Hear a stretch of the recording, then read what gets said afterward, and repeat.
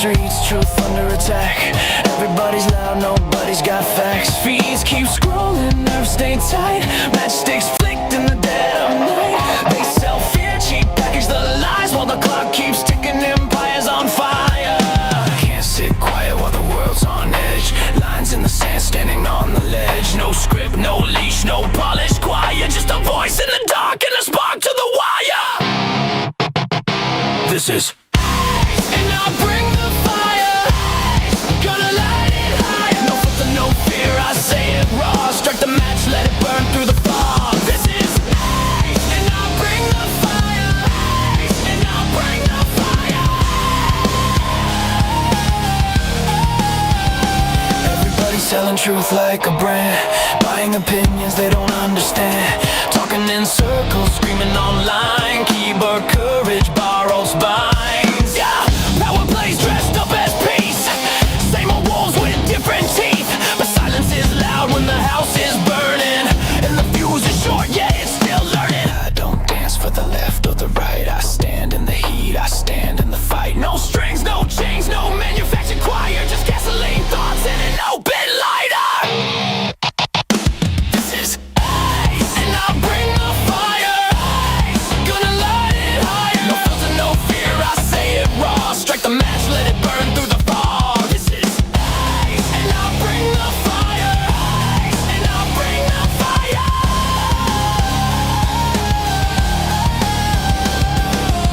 The world's on tilt, pressure climbing. Truth don't whisper, it's perfect timing. You can't cancel the smoke, you can't stop flame. Say my name when it hits, say my name. Why? Say my name. Say my name. Fire don't ask permission. Fire don't need a side. Fire just shows up honest and exposes the lie. This is and I'll bring the fire. Truth is harder. Burn it down till what's real survives. No smoke, no mirrors, just heat and lies. And I'll bring the fire. And I'll bring the fire.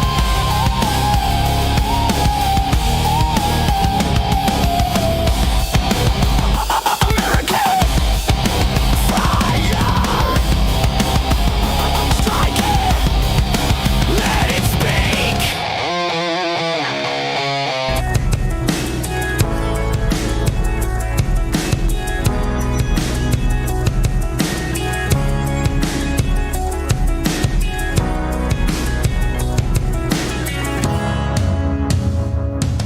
What's up, everybody? TGIF, baby. Thank God it's Friday.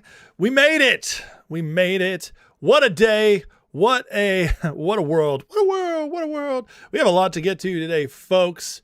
A lot of stuff that some of you have been waiting for. Today, after what Trump spoke about yesterday, we're going to cover data centers today, a deep dive on that. And Trump gave us a lot of insight. So, woo! Trump is unleashing tech, friends, along with what he's done with our military, what he's working on with the economy. So a lot is moving forward. We got plenty of Democrat panic for you about the midterms as things are shifting again in the favor of MAGA country. Lots coming in on the justice front. The communists continue to get beat back, even though they're showing their shiny little heads everywhere.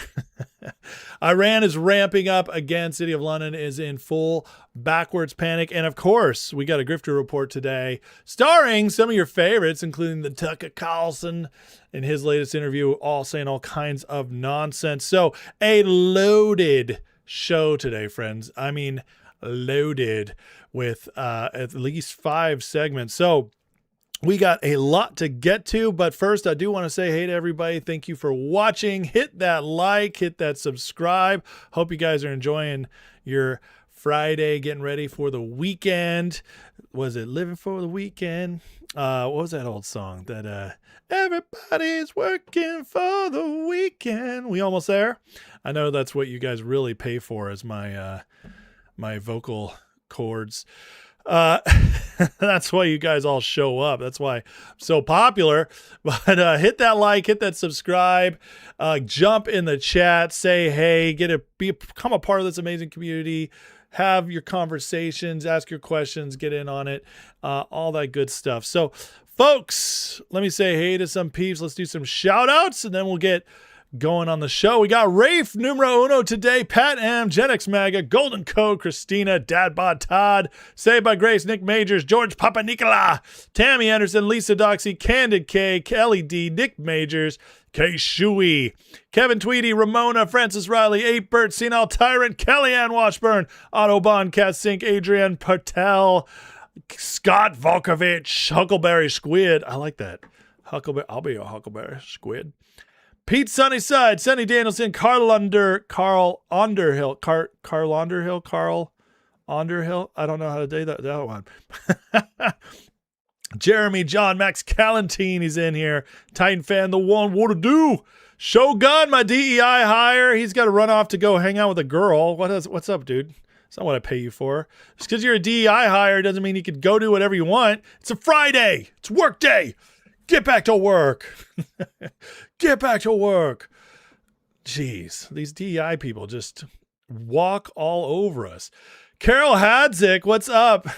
Thank you for saying you and your husband love it. I appreciate that. Doc, know what's going on? Daniel Palmquist, so many good people. I can't say all. I'm sorry, I'd be here all day, but I do appreciate you guys. J-Bone, TGIF times 2. Thank goodness it's Friday, and thank God I'm forgiven. I like that. All right, well, hit that like, hit that subscribe, guys. I see the question. Some questions are already pouring in. Golden Code, my thoughts on Pentagon and Israel joining forces. Well, it's not what it seems like, as almost none of this stuff is. Guess what? We are going to cover it later in the show, so be ready for it. I will break it down a little bit, but I will tell you this. Anybody saying that, oh, the Republicans, they just voted to combine Israel and our military. Oh my God, the Jews, they now are in. Listen, dude, it's like everything else. They are ignoring the details, and as I'll show you later, it's the wrong people promoting these lies. But you know, it is what it is. It's like whether we like it or not, it's definitely not what they say it is. So we will cover that later today. So get ready. Don't worry. I'll give it some more detail later. Yeah. We're going to talk about data centers. Don't worry about it. So again, guys, hit the like, hit the subscribe, share with your friends. We are going to get moving here. We got a lot to get to. As always, rules of the chat. You know it. You love it. No trolling. Don't troll. Don't be a jerk. Be respectful, be honorable, treat others as you'd want to be treated. Come with real questions, not allegations, and you will be very welcome. This is an amazing community. Everybody is pretty awesome with each other, so become a part of it, join in, but don't be a dick. Otherwise, you'll get banned. Me and the moderators will make sure that your nonsense will not last because no chat wants to be overrun with trolls. If you want to support the show, guys, as always, send a super chat. You'll guaranteed to be answered or read out loud, and or join the membership for free by going in the description, clicking the link to the Patreon, and getting a free month. Alrighty, you guys ready to get into it? Senate booked. What's the Senate book? Did I miss something? Did I say something wrong? Senate booked. Cooked? I don't know what you mean by Senate booked. That's interesting. Sorry, Arizona. I don't quite know what you're getting to, but all right, you folks ready to get into it? Let's do it. So, President Trump yesterday really went through it. He kind of put on blast all the stuff about the data centers. You know, right now, the data centers are one of the main hot topics nationwide, especially with MAGA. Lots of people scared of them. There's all kinds of stuff out there. And you know what? In some cases, rightfully so. Whenever they put up stuff like this, it can be a little scary. It's new. We don't trust necessarily the tech companies. We don't trust the government, and all kinds of weird stuff goes on as we've been finding out more and more. How many conspiracy theories have come true? The problem is not every conspiracy theory comes true, and we have a much different government in charge now. And President Trump yesterday did a lot to address the data centers and what's the real truth is about them. But here's Trump right now talking about who might be behind all the fear of the data centers. They're really spending a tremendous amount of money. In other words, the governors in the room, you have great governors in this room, and these companies are spending tremendous amounts of money on the communities, the local communities. So I think it's important that we tell the local communities that, because other nations are trying to get us to slow down, and they're spending a lot of money on propaganda, on press, PR, trying to convince everybody that this isn't a positive thing. And if we don't do this, we're going to be left behind. And even communities compared to other communities. You have some communities that really want this. This isn't all negative stuff. You have communities that really want the data centers. And frankly, those are the smart communities, because it means tremendous numbers of jobs, very little actual disruption.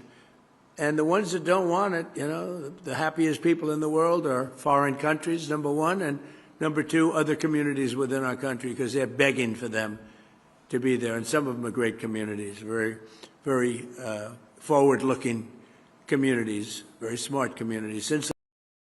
So what Trump's saying right now is the biggest push against the data centers is actually coming. They've traced it to China propaganda, who is the number one rival we have in AI.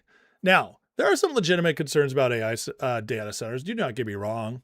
If it's imminent domain, that's not okay. We don't believe in imminent domain. If it's taking over farmland and putting it to waste, just like several windmills have done for solar projects, et cetera, for all the climate change nonsense, yeah, that's unacceptable.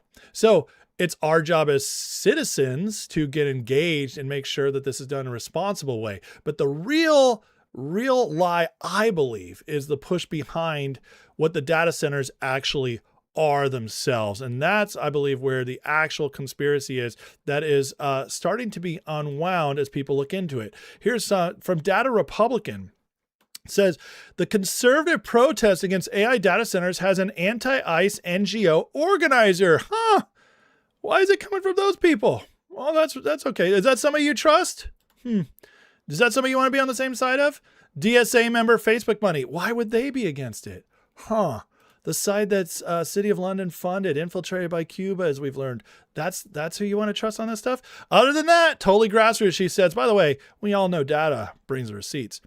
Axios ran an exclusive, quote unquote, Wednesday about a conservative group, quote unquote, called Humans First, planning a nationwide day of protests against AI data centers on July 18th. Amy Kramer is chairing and invoking the Tea Party.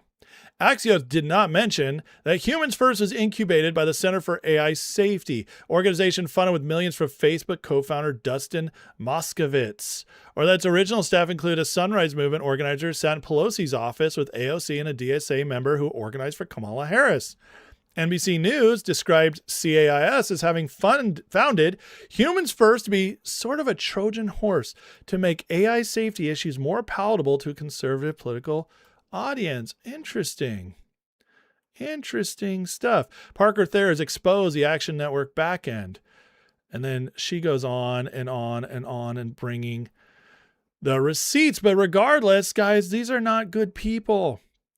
These are not good people. This is not an organic backlash. What they've done is taken things that people are rightfully skeptical about, say, overtaking farmland, is this tech even necessary, that sort of thing. And what they've done is poured gasoline on it with a whole bunch of lies. Did you guys understand that we actually have 35,000 data centers nationwide already? Did you all know that? Yeah. Where do you think all those streaming movies and everything is stored? They've been building data centers for a long time. They just didn't call them that. Another person going off against him is the one and only Erin Brockovich. Yeah, the far left activist reporter. Here's she breaking down what's going on with the data centers. And you guys can decide if she's somebody we should be trusting or not. How? Huh. Interesting. The woman who was played by Julia Roberts in a movie to make her look all glamorous and wonderful and to feed us into thinking she was a hero is on Theo Vaughn, you know, the genius Theo Vaughn, addict in his 50s, late 40s, crazy goober guy, influencer talking about data centers. These are the people we should trust, right? These are the people we should trust. And again, I'm not mocking or looking down upon the legitimate concerns about data centers, but it's important to know the truth. And we got to get the truth. We got to get through the nonsense to get there. Now, what Trump did yesterday, see, the whole talk was about a petition being put together, making people sign a pledge that the data centers would produce more electricity than waste. And that is, that's up to the corporations to make sure the electric bills don't go up. Now, and then he went into telling us more about what they're really all about. Well, as Observing Consciousness writes here, I was writing about this last week, and now Trump's pulled the information layer of the AI war into the open. China is targeting the physical foundation of American AI. Data centers, power systems, permits, and local support required to build sovereign compute at scale. Method is simple. Flood communities with fear over electricity, water, land, and rates. Amplify the pressure through PR, media, and activist channels, and turn local resistance into national slowdown. Be careful who you follow. Fear tactics are bought and paid for. Every delayed permit weakens capacity. Every blocked power project constrains compute. Every stalled data center gives China more time to close the gap. This is why the AI war has moved into county boards, utility commissions, and American communities. Nation that secures the chips, energies, land, grid, and public consent will control the next industrial era. Trump's naming the battlefield. Build the infrastructure, secure the compute, win the future. Exactly.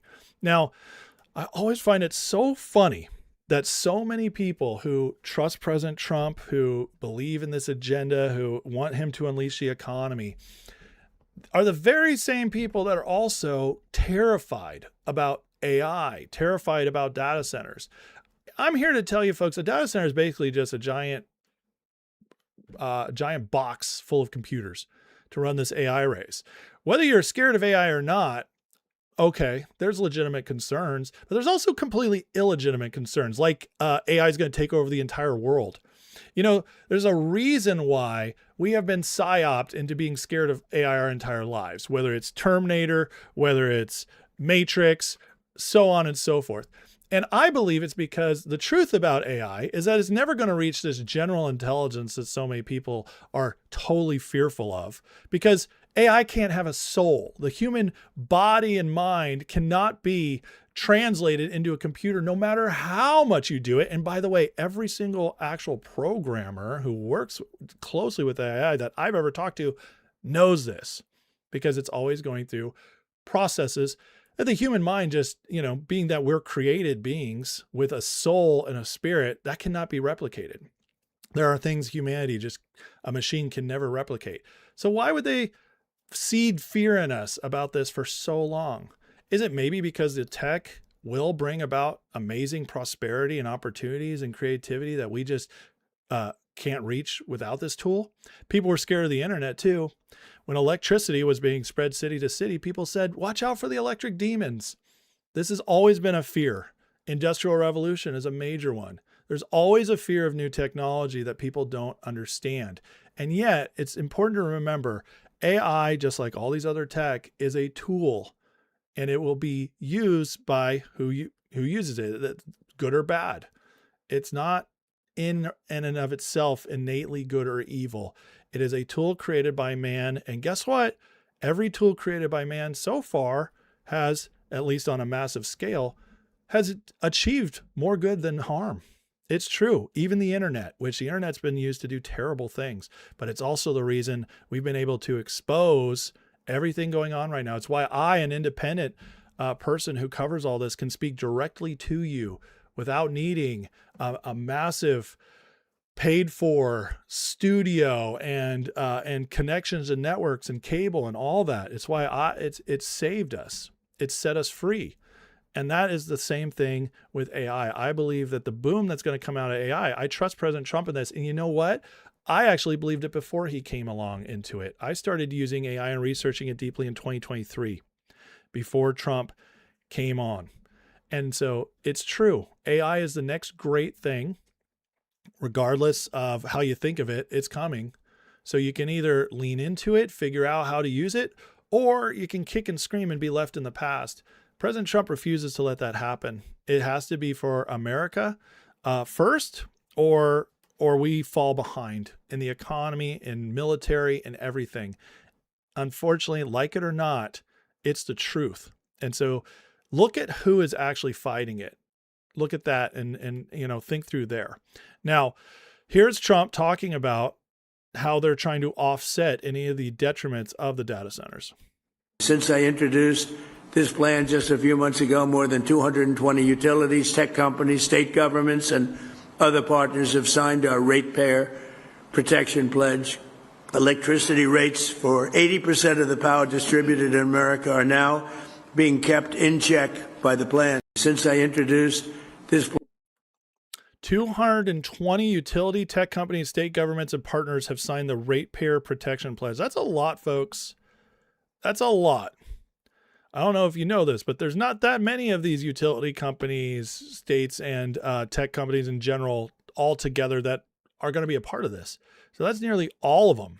Electricity rates for 80% of the power distributed in America are now being kept in check by the plan. 80%. See, Trump is getting ahead of it. He's dealing with the things that we legitimately have concerns about. Here's more. we know that the data centers and AI are dramatically increasing the demand for electricity. It's only fair that the cost of building the new infrastructure required to meet this demand should be borne by the corporations themselves, not by the American consumers and the American patriots, American citizens. And I think everybody agrees to it. And actually, they really don't have a choice because there's no way of producing that kind of electricity, the kind you need, and they want to do it themselves. And honestly, they're coming up with some plans that are genius, just like they are. That's why earlier this year I introduced the Ratepayer Protection Pledge. Under this groundbreaking plan, America's largest tech companies have formally committed to fund or build all energy infrastructure required to meet the demand they are placing on the grid. So they're going to be funding all of those electric needs, and we're giving them the right to build their own power plants. Lee Zeldin is here. He's phenomenal. We know that the data... You understand that, as he says, that they increase the demand for electricity. He's getting ahead of it, okay? And AI, we can't get away from it, all right, as I was saying. But this shows you that Trump knows what he's doing. He knows how to offset the issues because, let's be honest, if the tech companies were left unchecked, they probably would. They probably would take advantage of us. Our electricity bills probably would skyrocket. But it's also not quite as bad as you think it is, especially on water. Now, Elon Musk retweeted this from NVIDIA, and I got to say, Elon is one of the only tech bros who has earned my trust. And so when Elon says something like this, I tend to believe it's true. He's had a good track record of that. NVIDIA put this out. Water usage has been a hot topic in the AI data center world, but the numbers may surprise you. According to Manhattan Institute, data centers use 0.2% of daily water usage in the U.S., and that number has dramatically decreased in the past few years due to liquid cooling. By moving to 45 degrees Celsius liquid cooling, AI factories in favorable climates can use dry coolers instead of conventional cooling tower-based systems, cutting facility cooling water use from roughly 2.6 million gallons per megawatt per year to near zero. See, they're already figuring out the problems. This is what happens when you unleash technology, when you take away fake regulation, like the Biden administration implemented or the socialists in EU implement these regulations that hold back tech. When you allow tech to innovate, problems are solved. Liquid cooling enables AI factories to be both water and energy efficient while creating opportunities for heat reuse and dispersal to local communities, allowing factories to become energy grid assets. Oh, you don't hear that everywhere, do you? U.S. data centers require 30 times less water than golf courses. 100 times less than California almonds. You know that almond milk you drink as an alternative to milk? It is horrible for water. It is drying up our farmland. But, gotta have the almond milk. 200 times less than U.S. home lawns. 2,500 times less than U.S. crop irrigation. Yeah, this does not seem like the problem people make it out to be. Who's protesting almonds, golf courses, lawns? Nobody. Although maybe a few people, golf courses and local municipalities. China is not threatened by your lawn. They're going to do it anyways. Here's more. Data centers barely use any water, barely use any land. They lower electrical bills. Here's the stats. Crop irrigation, 43,000 gallons. Data centers, 17.4 in the same vein. Data center land use, tiny compared to corn and idle farms. Corn for ethanol. Was it CRP idle farmland? DC sites, DC buildings, data center sites and buildings, way lower. And then you have the electrical as well. Now, Trump is spreading some other good cheer about what the potential of data centers could bring.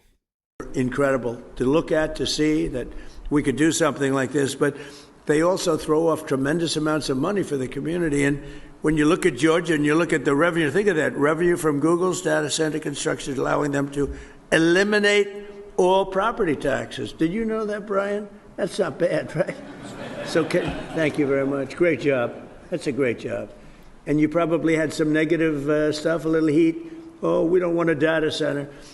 Usually those are the people that actually want them and they'd like you not to build them. Because you know what? If it doesn't go to you and if it doesn't go to Georgia, as an example, it's going to go someplace else. Yep. And those people are very happy to get them, too, the smart people. Eliminating property taxes in Georgia. We're on the verge of that. You think Georgians would welcome that? Hey, if you had a choice, property taxes or the data center down the road, which one would you choose? I get it. Depends on where it's at. Fine. Let's just say it's on an open commercial land and they take it up. And then they're going to take away your property taxes. What would you take? Guys, this seems like this is going to lead in the right direction. And I'm not looking down upon the legitimate criticisms. Don't use up our farmland. Don't use eminent domain. I agree with all that. I'm 100% on that. But the stuff about what the data centers actually are, that is where the lie seems to be. And everything I've been researching, I've actually, before Trump came out yesterday, I've spent the last month pulling together data where I saw it on data centers because I wanted to investigate this. I wanted to make sure I actually had a good take on it. And the truth is, the more I look into it, the less I am afraid, the less I'm concerned. And then Trump yesterday, it was perfect timing to drop all this because getting these companies to come along and make sure that our electric bills aren't going to skyrocket is a big deal. Adding to this. Microsoft and Chevron have signed a 20-year power agreement to supply electricity for a data center in West Texas. 20 years, Microsoft and Chevron.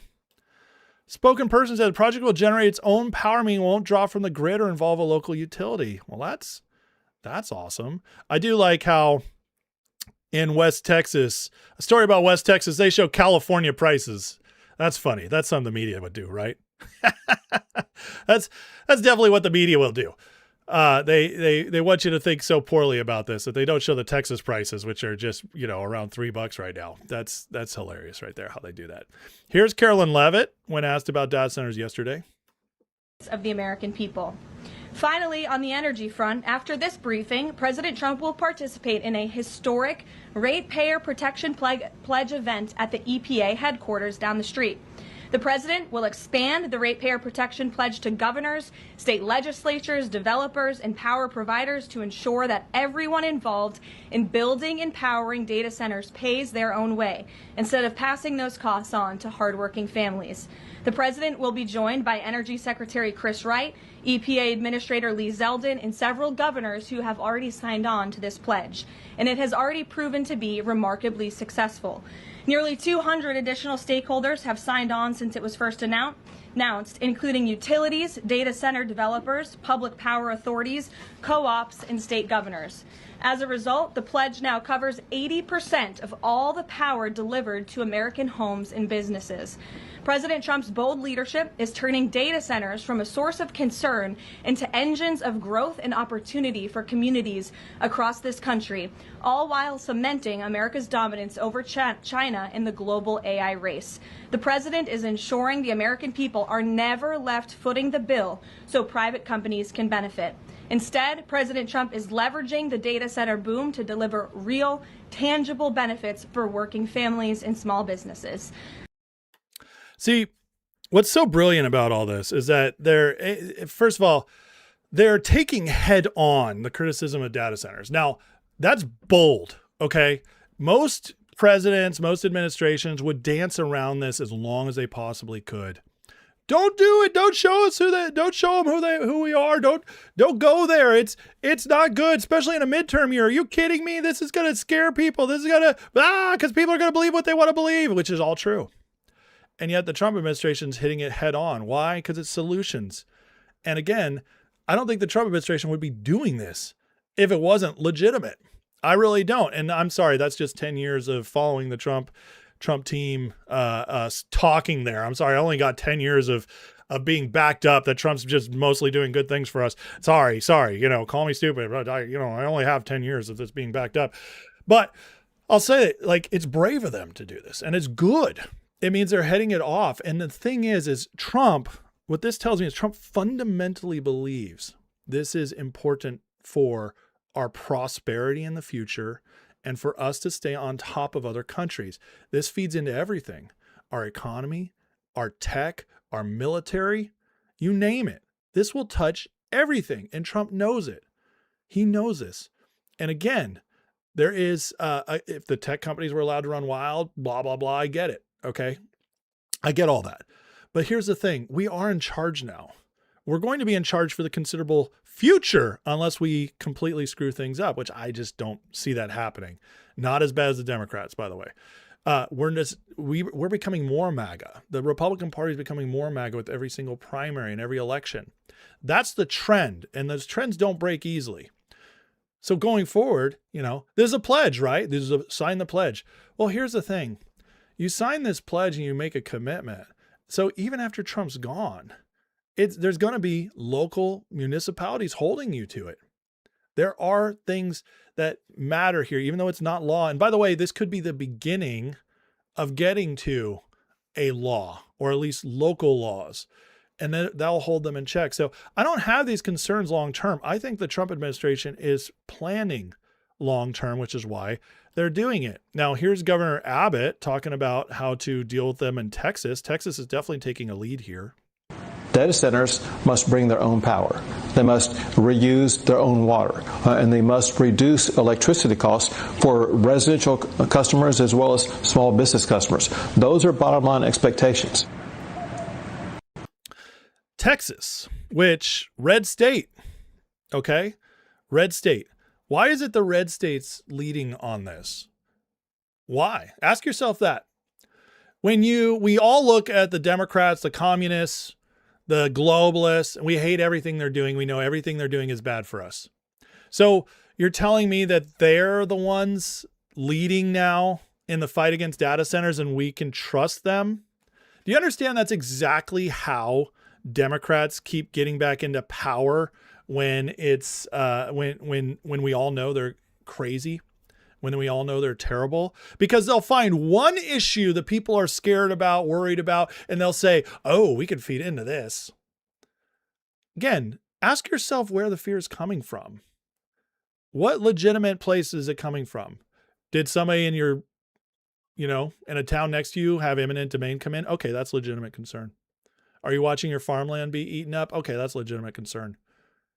Are you scared that the big bad data center is going to be spying on you and take over and blow up your electric bill and is using all the water for the almonds when none of that is proven to be true?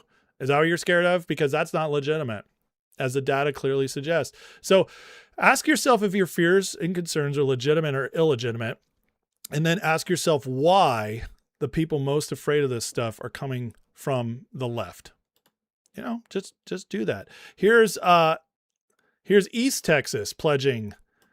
Energy Get the provider in East electricity Texas taken care of. pledging not to raise their electricity bills due to new AI data center construction. SWEPCO says they've signed on to an agreement put together by the Trump administration to thwart the threat data centers could pose to people's electric bills. As part of that pledge, SWEPCO is committing to negotiating separate power prices with data centers, with the company's president saying he believes growth should pay for growth. 3 other electric providers in East Texas have signed on to the White House's pledge. They include the Cass County, Houston County, and Deep East Texas Electric Cooperatives. Governor Greg Abbott has also signed on to that commitment. See, the movement is spreading. Even these utility companies are saying we will charge the data centers separately. Isn't that amazing? It's amazing to watch this happen. See, guys, most of the time, okay, I've seen this so many times in my lifetime now, as I've lived through the advent of the internet. I'm 42. I'll be 43 in a couple months. I'm a young buck, okay, according to many, especially that watch this channel. But I've still lived through the advent of the internet. I lived through the advent of AI. I've seen many things come and go because the tech in my lifetime has exploded. And you know what I've found? That it almost always just kind of works out. Like 5G. Remember the scare of 5G a few years ago? And maybe some of it was legitimate. I don't know, because it didn't happen. Maybe it was cut off at the source. Maybe Trump stopped the worst parts of 5G. I don't know. I can't say. I didn't see it. I can tell you it didn't happen. All the worst fears didn't happen. And now I'd say 90 to 99% of you in this chat right now are on 5G every time you're driving your cars away from your house and you don't think twice about it. See, folks, there's always a scare about tech. There's always a scare about innovation. Sometimes those fears are well-founded. Sometimes it's just people scared of what they don't understand. And sometimes those fears are planted in us by others who don't want us to grow, who don't want us to innovate and prosper while they're happily doing so. One of the best ways, this happens in corporate espionage, corporate attacks all the time. One company is about to make a breakthrough. They know another company's making a breakthrough. So what do? They seed about a bunch of fear about the breakthrough. So people protest the other company. People fight it. And then what happens? That other company goes ahead with the breakthrough, and then everything's glorious. This is what you do. This is how it works. So, like here, another great post from this account, which I really love this account. They're a great thinker. As a famous chef used to say, let's take this up a notch. Data centers builds decrease or eliminate property taxes. What? Georgia's showing us a national rebuild template built around sovereign compute. Oh man, it's amazing. What if the data center is just actually under the right direction, under the right leadership, can do amazing things for us? What if these are actually amazing? What if this is going to bring prosperity to our nation, cheapen our prices that are so high? Innovation always lowers prices eventually. That is the trend of history before the Keynesian system took over in 1913 with the advent of the Federal Reserve and the income tax. We entered into an entirely different financial system then. Not a whole different economy, but a fully different financial system. And ever since then, we've been taught inflation's normal. But before that, for the first 150 years of our nation, deflation was normal. Yeah, especially when it came to goods and services like electricity and energy. A hyperscale data center brings the demand, capital, and tax base required to rebuild the physical layer around it. Substations, transmission, fiber, storage, water systems, roads, hardened infrastructure, and eventually small nuclear reactors positioned close to the load. The guaranteed demand gives utilities a reason to expand generation, modernize the grid, and strengthen regional capacity. Batteries absorb volatility.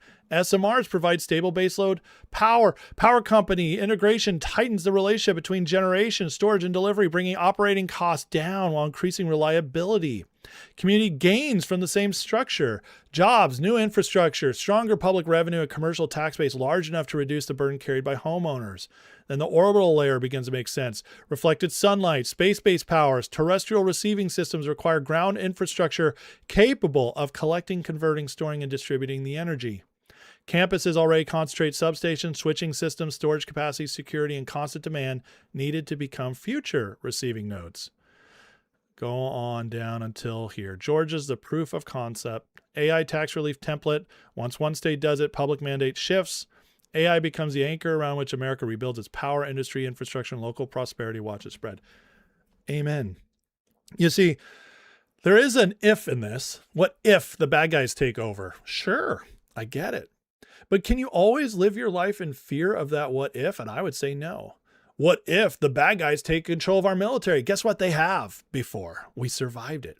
What if the bad guys take control of the internet? Well, they have before, and we survived it. What if they take control of the electrical grids? Name a tech. Name any innovation. Have the bad guys had some control of it at some point? Yeah, they have. So even though these tools are very powerful and it's scary, well, guess what? We have to live with that risk because for the most part, these things lead to prosperity. And by the time they reach the people, become widespread, become a regular part of our lives, it becomes much harder to manipulate at a grand scale. The perfect example in recent history is the Joe Biden administration overtaking our internet. The censorship regime cranked up like we've never seen before. People being booted off during it started during COVID and continued during Biden. The tech industry was working hand in hand with the Biden administration because under threat, we will shut you down. We will penalize you if you don't do this. We have Mark Zuckerberg admitting this. We have the Twitter files proving it over and over again. We know this. The bad guys were in charge. And yet what happened? The people still found ways. They still used the internet in interesting ways. Telegram, Rumble. There were places to still find truth. Then Elon came in, a private citizen, and bought X and unleashed the news while Biden was in charge. See, our rules, our regulations, our laws were still strong enough to protect us from the overall takeover. And you know what Trump's doing right now? He's building that foundation of protections. I don't have fears of the bad guys taking over this stuff because I know if that time comes, we'll just face it. We'll face it. But I'm not going to let fears of maybes take away what could be a wonderful thing for all of us. And so let's put aside the maybes and let's focus on how can we, and following President Trump's lead, make sure that these things, as they come, because guess what, guys, they're coming whether you like it or not. So how can we make sure we're being productive in how they're set up?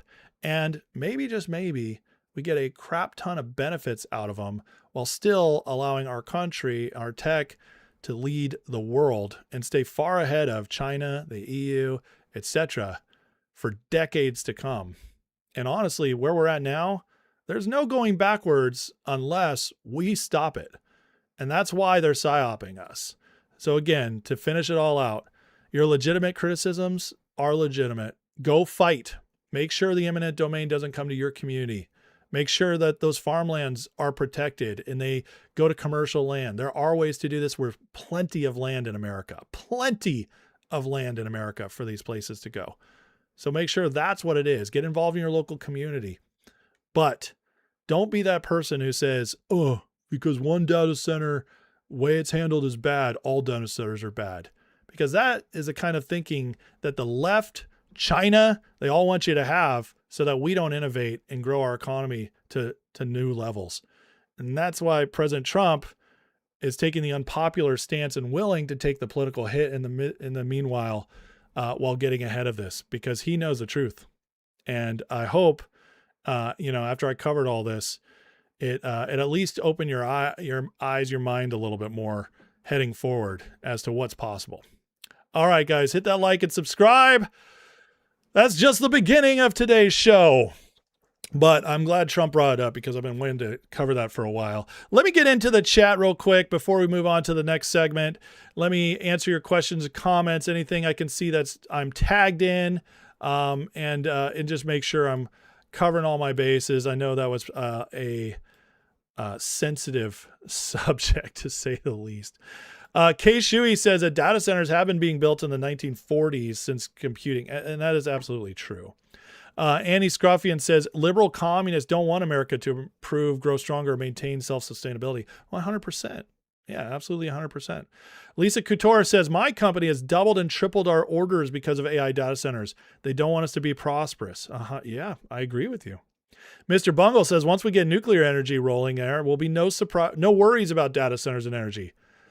I agree with you. Let's see here.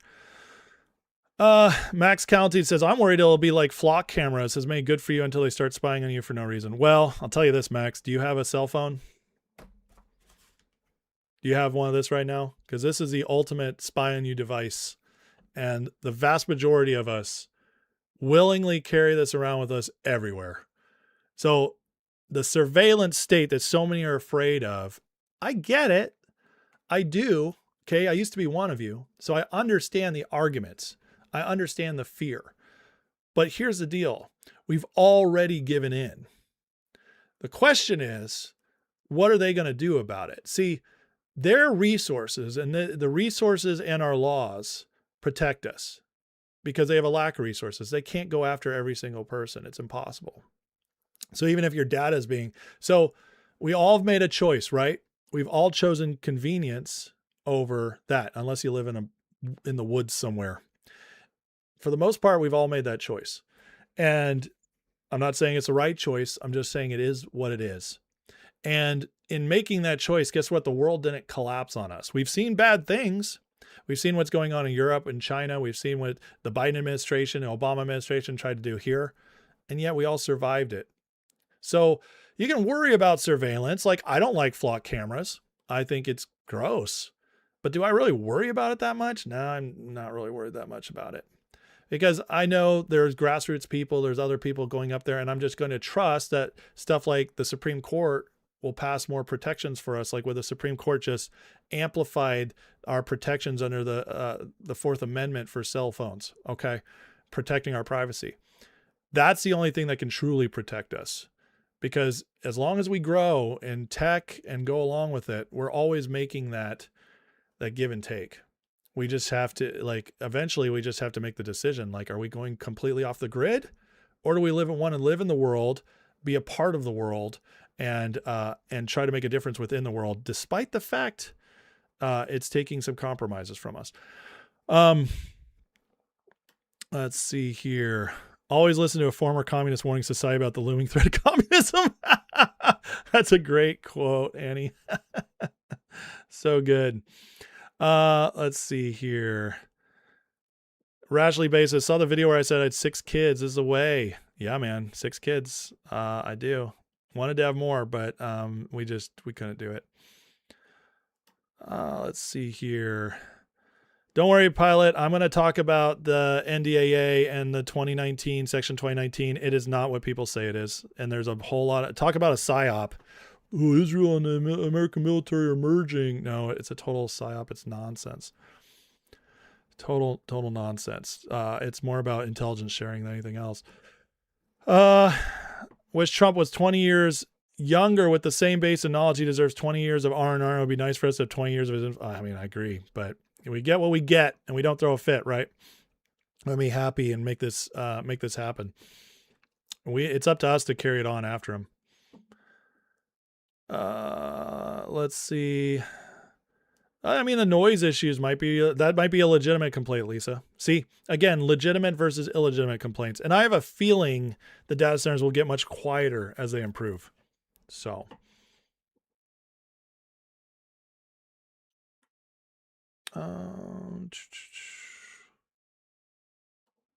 They see through walls. Yeah. I mean, again, it's terrible stuff. One of the many with a $20 super chat. Thank you, sir. First super chat of the day says, only worry is in blue states that don't produce energy. Bad governance closed down our nearby clean, beautiful coal plant 2020, and prices have been up since. Issues around centers are due to policies already in place. And there it is, folks. One of the many. You nailed it. See, the problem isn't data centers. They're just a thing. The problem is who's building them, how are they run, who's policing them, what are they allowed to do, what are they not allowed to do. And that comes down to the local government, which we all need to be more involved. If we're all involved, we're a 65%, 75% red country. And I don't mean red like hardcore MAGA Republican. I mean common sense, American loving patriots who might disagree on some policies here and there. But 65, 75%. And of that 65, 75%, it's like 90% don't get involved in local politics. And so our 10% is fighting their 25, 30% of people who are like 80 to 90% ready to take over. So the people fighting at the top for power is almost an equal basis, but we are the silent majority. We are bigger. Get involved in your local government, fight for the data centers to be done the right way, and we'd be amazed what happens. So, mini Trump.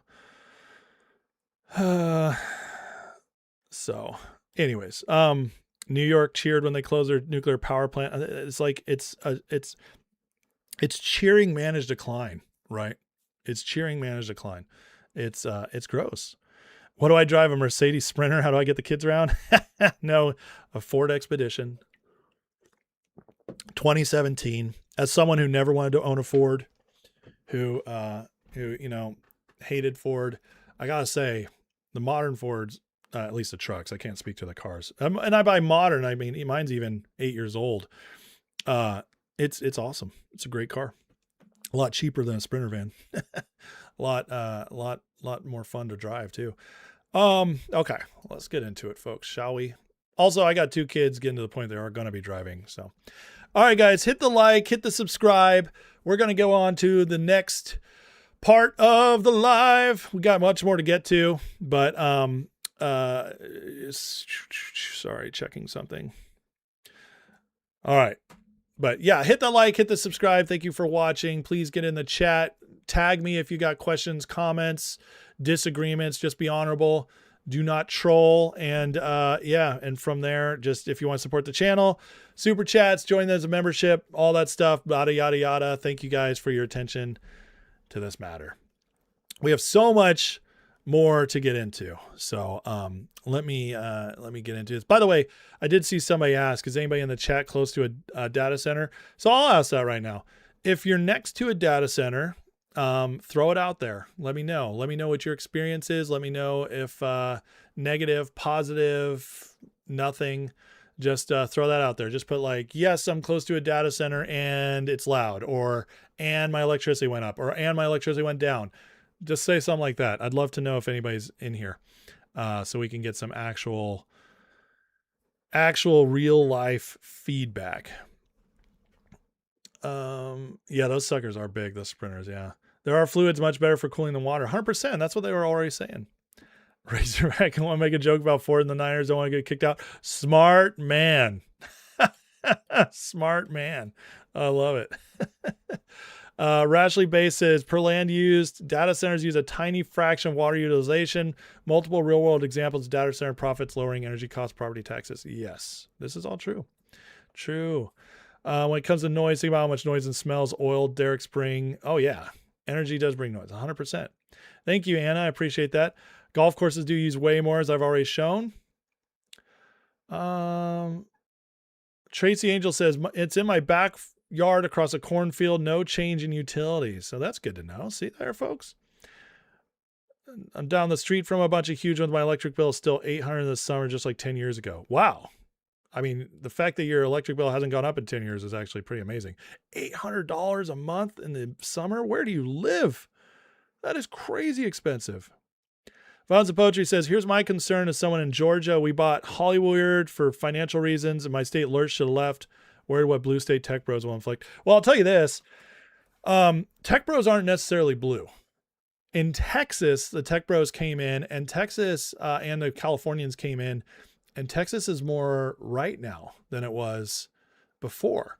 Trump won by way more than Mitt Romney won. He won by way more than McCain won, all 3 elections. Texas has gotten redder and redder and redder the last 12 years since the California exodus happened. So doesn't always mean you're getting who you think you're getting. That's some cases I'm going to wait till weeks 3 or 4 to risk it. That's hilarious. I love it. Yeah, if we're sucking, I'll allow you to say it without it trolling. Does my channel count as a data center? It's probably connected to one. probably. MFN. All right, buddy, you're going to get a timeout, but I'm going to honor you by reading your comment first. It says 49ers are my least favorite WNBA team. It's only a 5-minute timeout. I've been in worse trouble before. So your reward is that I read your timeout. I read your thing. Your punishment is your 5-minute timeout. There you go, MFN. He gets like one a week. He loves it. So, Justin Mimo says late, but the tube was hiding me from the homepage again. I've noticed and listen, not Mr. Conspiracy here, but my show today is 30% down from where I've been all week. Every single show I had this week broke 1,000 people easily. And some, a couple were higher than that. And this week, today I'm struggling to get above 600. So I don't know. I mean, is it the algorithm? Is it my content sucks? Does my title suck? You guys let me know. But I do find it interesting that on a Friday, it's not a holiday that I know of, usually is a good day for me. And my live stream's way down. So I don't know if the algo is blocking me or what. Maybe I should put out another blast.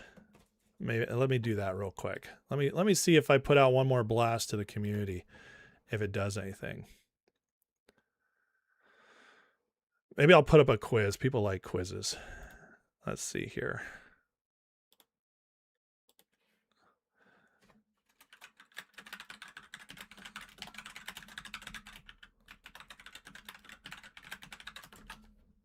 Let me see what that does. That's not an actual quiz, but it's a question. Let's see if that brings any more people in. Interesting. Folks be traveling. Maybe. I mean, it is July. So, I know YouTube doesn't push me. They hate me. I am really blessed to be growing. The fact that I grow at all on YouTube, that they used to really push my channel down. Now they let me grow. They did let me blow up for a couple months there. I really gained a lot, and then I kind of stagnate again. But I'm blessed, and I'm grateful that I'm even where I'm at, that I get to do this more. But because of that, because I don't grow at the normal rate, because I'm not taking anybody's money, I have no marketing dollars behind me. I am completely viewer supported. And by completely, I mean that I don't sponsor anything. I don't push anything. It's membership, super chats, and the little bit of ads that YouTube runs that support me. So just so you guys know, I get pennies on the dollar for those ads, but that's it. So just letting you guys know, that's how we do it. And it's how I get by, but I am grateful I gotten even this far. So Shadowban, I don't know if I'm Shadowban right now. Hasn't been that bad, but yeah, you never know. Razorback says, I'm telling you, YouTube one Monday started messing up MAGA podcasts ever since no notifications. Interesting. Lil Roo says, none of my main channels come on my homepage right now. Haven't for about a week. I have to search for them. Wow. Even on your subs? That's terrible. Violence says, Algo and YouTube general are trash, or repeatedly say don't recommend channel, and Shorts still shows me the same stuff. Yeah, that's terrible, right? Max Callantine, amazing we can all disagree with each other. Still going, I did that on purpose. That's why I banned the trolls, so that we can have real conversations. I think it's the hat. That's hilarious. Live in Riverside, take the windows down and put up data centers. Heck yeah. Mario with a $5 super chat says the reason your live viewers are lower is because the Dallas Cowboys reps have left. Did you make them leave, Mario? How dare you, you big jerk. Why would you do that to me, friend? Crack me up, man. That's hilarious. Okay. Let's get into it. So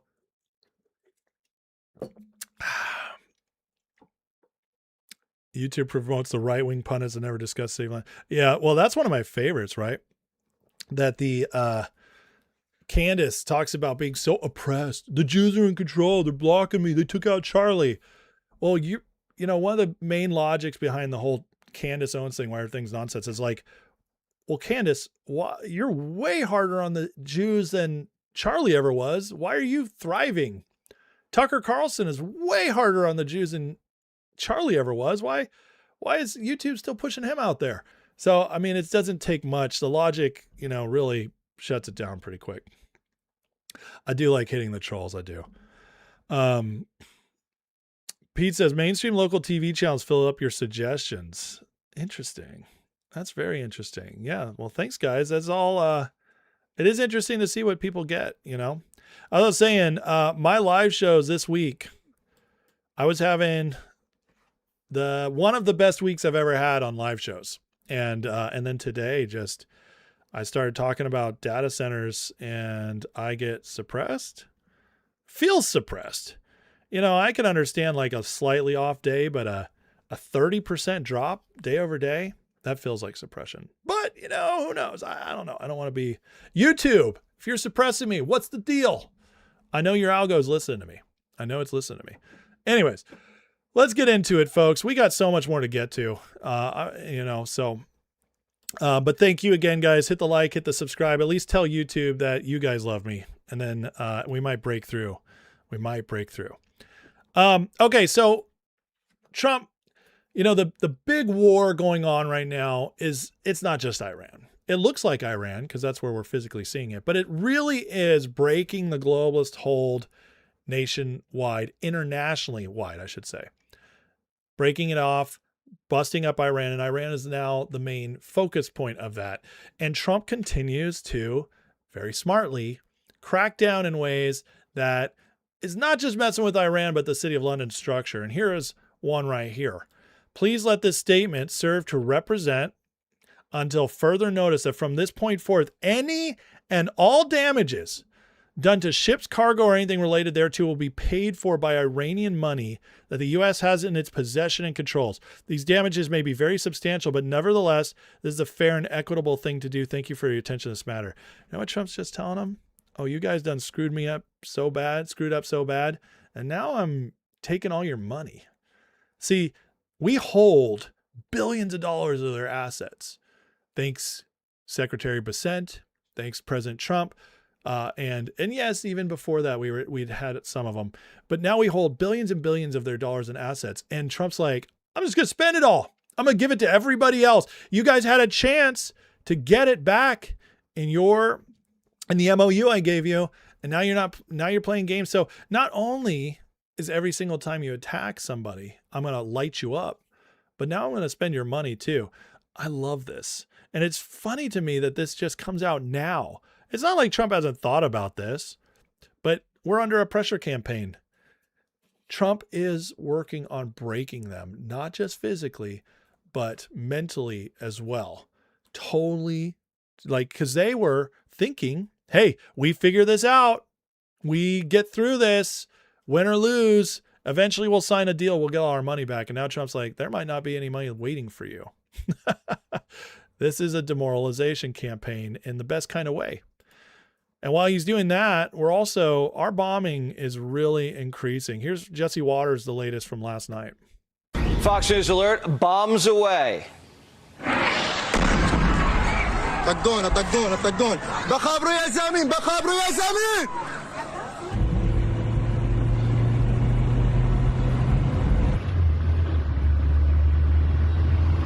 Central Command delivering devastating blows against Iran. Targets include missile and drone facilities, coastal surveillance sites, and air defense.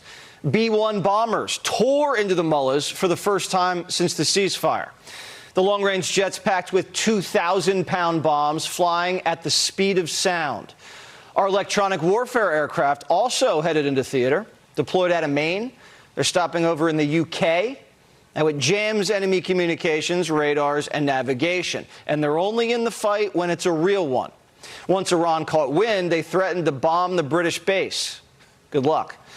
Our F-16 Wild Weasels are back in action. Their motto, first in, last out. You fly into enemy territory, detect radars, destroy them, and clear the battle space for everybody else. Trump wants revenge. Arachi, their foreign minister, who the other day say or something about their policies, an eye for an eye. The president's policy is a head for an eye. I mean, honestly, that's what it's going to be. I mean, they will pay a very heavy price. Marco says the mullahs are on their knees so and hard. begging anybody with a hard. pulse to bail them out. I hope that they'll stop. They shouldn't really do that. They got suckered into this by the Iranians. You know, the Houthis largely were smart and stayed out of all this throughout the conflict, but they now apparently have gotten themselves suckered into this, going after Saudi Arabia and their ships. And by the way, that's, you know, I was reading reports a few hours ago that there is actually a Saudi fuel ship that's flagged Chinese. It's a Chinese ship.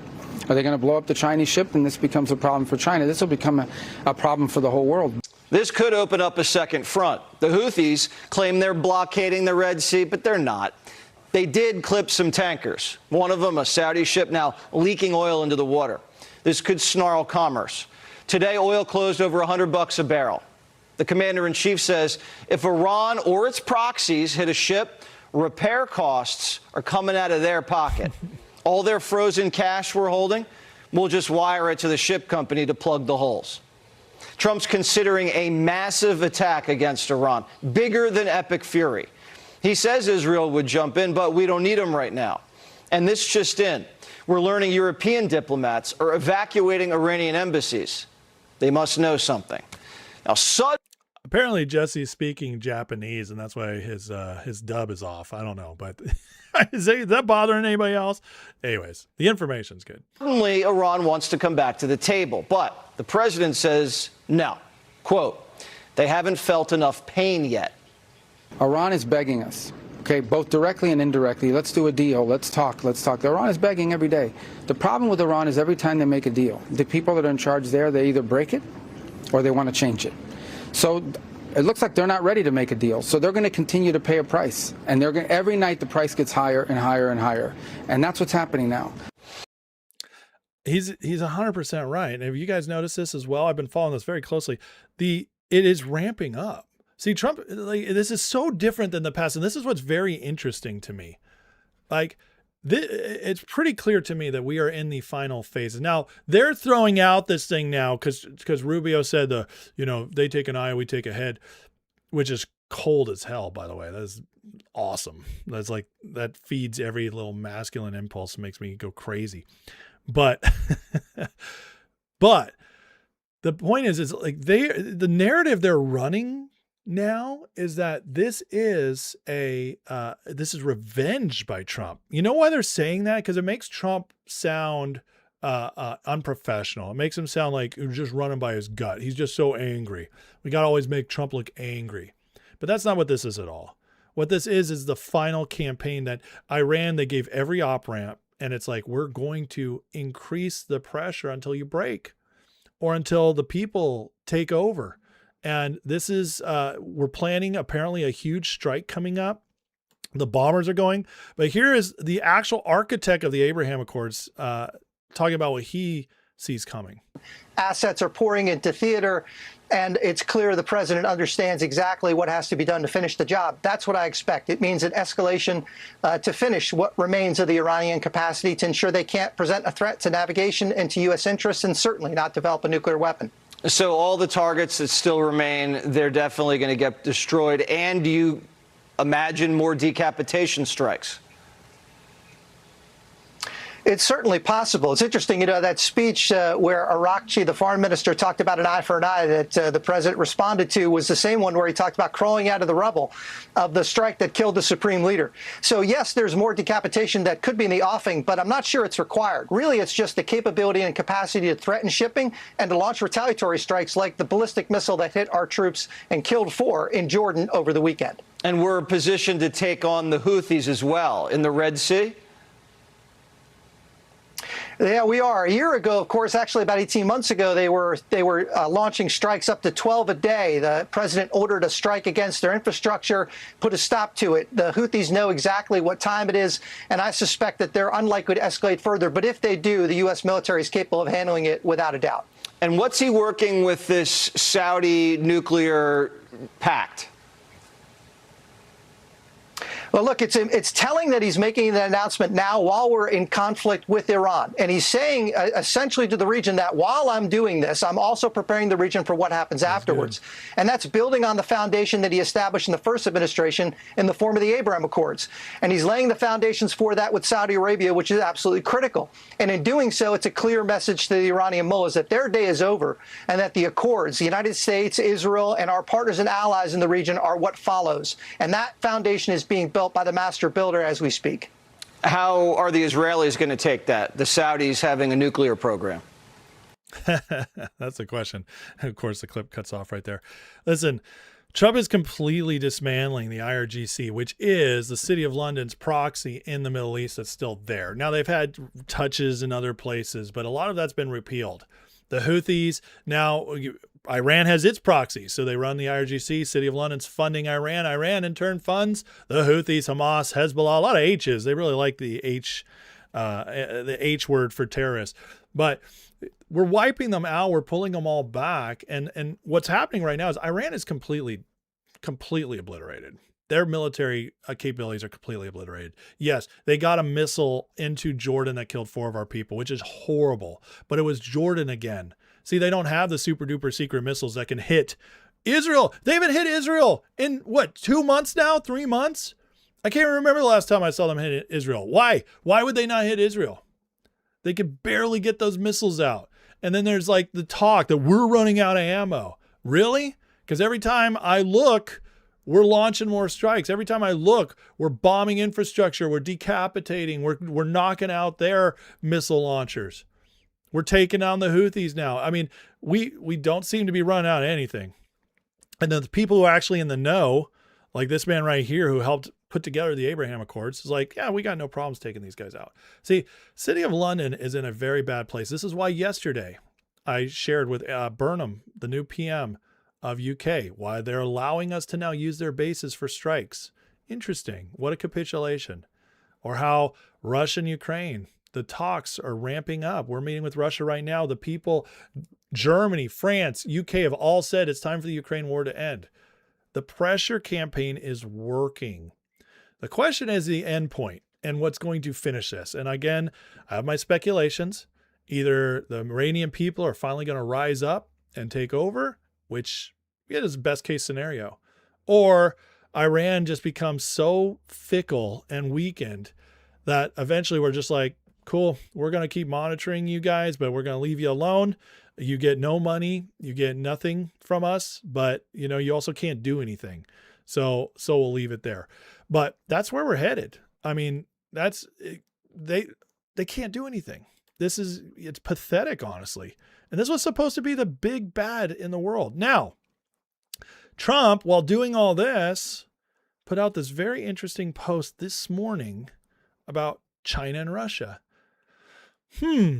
Growing up, China, Russia, and Iran were the 3 big bad guys in the world. That's how I was always raised by political channels, by professors in college. Anytime you talked about American foreign policy, China, Russia, Iran. 1, 2, 3 big bads. You can't fight any of them, but they're also the ones we got to keep watching out for. You go to Iran, you go to war with China and Russia. And this whole operation has been a massive exposure of that whole belief system. Iran, not powerful. Russia might even be working with us. And China is a paper tiger compared to what they said they were. They're going backwards, and none of them jumped in. So Trump this morning just makes it even more clear. This really works out and supports the whole arc theory people have, which is America, Russia, China become the 3 big sovereign entities in the world, the 3 powers in the world. Obviously, we're the only superpower, but Russia and China are the next 2 big powers. But we're all sovereign. We all get along. We're not integrated in a globalist way, but we respect each other. And the 3 of us kind of just police things or maintain the economy, make sure markets don't get destabilized by globalists, communists, stuff like that. Who knows? But something's building towards that. I don't know what it'll all look like, but this kind of plays into that. Trump put out here, President Xi at our recent meeting in Beijing told me he would not under any circumstances give or sell weapons to Iran, and that to the Islamic Republic of Iran, by the way. He's very clear to put that there. And that statement included Chinese companies. Considering our relationship, I take him at his words, and besides, I'm doing him a big favors. Also, likewise, President Putin, despite the horrible war going on in Ukraine, the relationship remains as it does with Zelensky, told me he would not sell weapons to Iran. He understands I don't sell weapons to Ukraine, but to NATO countries. They pay full price, and how those weapons are distributed, I have no idea. Therefore, two major countries people speak of often in terms of Iran are, in my opinion, not participating. If they did, it'd be bad for them, certainly not in their best interest. Interesting. Two countries people often speak of in terms of Iran are not participating. He's just putting it out there to the whole world. This is over. The lies are over. We are reestablishing the global order, and it looks much different than you were told. These countries might have been pushed into certain positions over time because of the EU system, the globalist system, maybe bad decisions back in the old days, but this is not happening anymore. There's a new king in town, President Donald J. Trump, reorganizing things. It's going to be better for everybody if you play along. And if you don't, our military will see to it that you get messed up. This is why Trump is accelerating and unleashing our tech, our military capabilities, et cetera, and our economy, by the way, because we are getting so far ahead that there's going to be no stopping us. There's going to be no pulling us backwards. That's what he's showing us. That's what he's showing the world. This right here, okay, it debunks the lie that you go to Iran, you start World War III. It debunks the lie that Iran, Russia, and China are all so intricately connected that you fight one, you fight all of them. Debunks that lie. What it also does is debunks the lie that we need to worry about China and Russia really being our enemies. And that doesn't mean, I need to be clear here, it doesn't mean China hasn't done stuff to hurt us. It doesn't mean China isn't going to do other things in competition like psyop us about our tech and things we should be afraid of. It doesn't mean that. It does mean that the old ways of playing really dirty are over, and they have to be over going forward in order to maintain good relationship, because Trump is now flexing at every opportunity. Tariffs, military, you name it. Every opportunity he's flexing, saying, you really want to mess with this? And now China and Russia are subdued. He's telling the world, you don't got to worry about these guys. I'm taking care of it. And guess what? You don't see China and Russia coming back with a response. Those days of the three big bad guys in the world, folks, are ending. But who's left? Oh, who keeps fighting back? Interesting. Canada fighting back on our tariffs. EU breaking our trade deals, not showing up, letting us use our bases. NATO messing with us, telling Ukraine to keep fighting when we're trying to end the war. Yeah, Trump is isolating the globalist system more and more so everybody can see it. Because if China and Russia aren't getting involved, and the EU is the one big thorn in our side, that's what we call exposure. That's what we call showing the people. And it's working. Now, Ida Turan, who, again, being Iranian with all the sources over there, I love the takes they have on their breakdown of what's happening. And yesterday we had the big news about the Saudis. So they write, among all the news about military diplomatic moves surrounding Iran, this Trump's post about Saudis stands out by far the most important. The stage is almost fully set for regime change in Iran, except for one critical missing piece: Saudi Arabia's cooperation, aka joining the Abraham Accords. What did Trump say yesterday?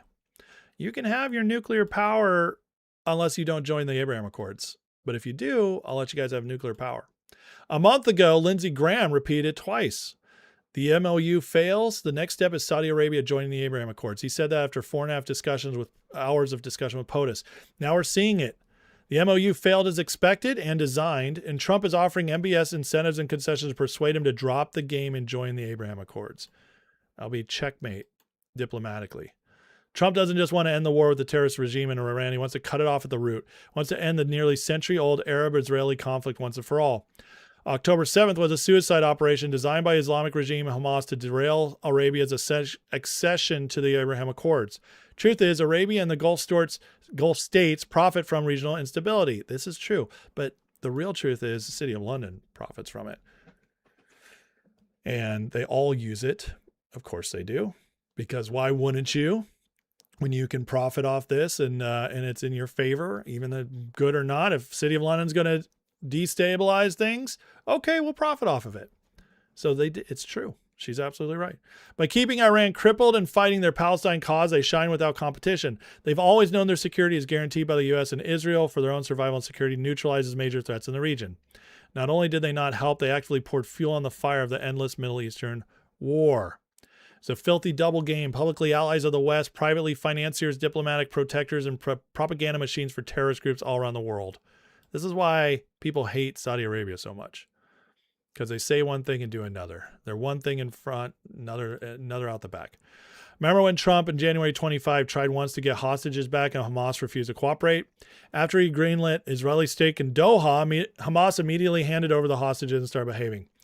This shows that without cutting off financial and political lifelines, these terrorist networks cannot be controlled. Why do you think everything is about the money? Besant, every target, cut off the money here and there. Cut off the shadow banking.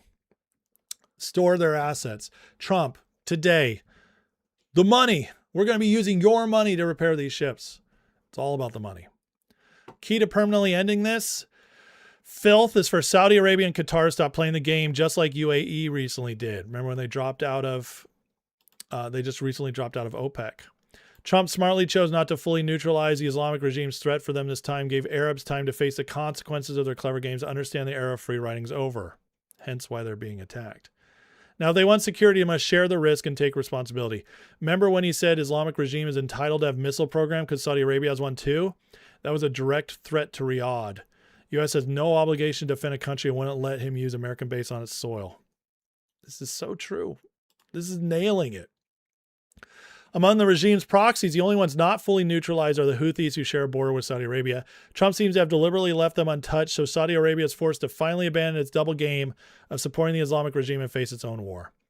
How is this America first? If Saudi steps back, Qatar will follow, and gradually the funding for anti-Israel and Islamist propaganda networks in the U.S. will dry up. Sad day for Tucker Carlson, the woke right.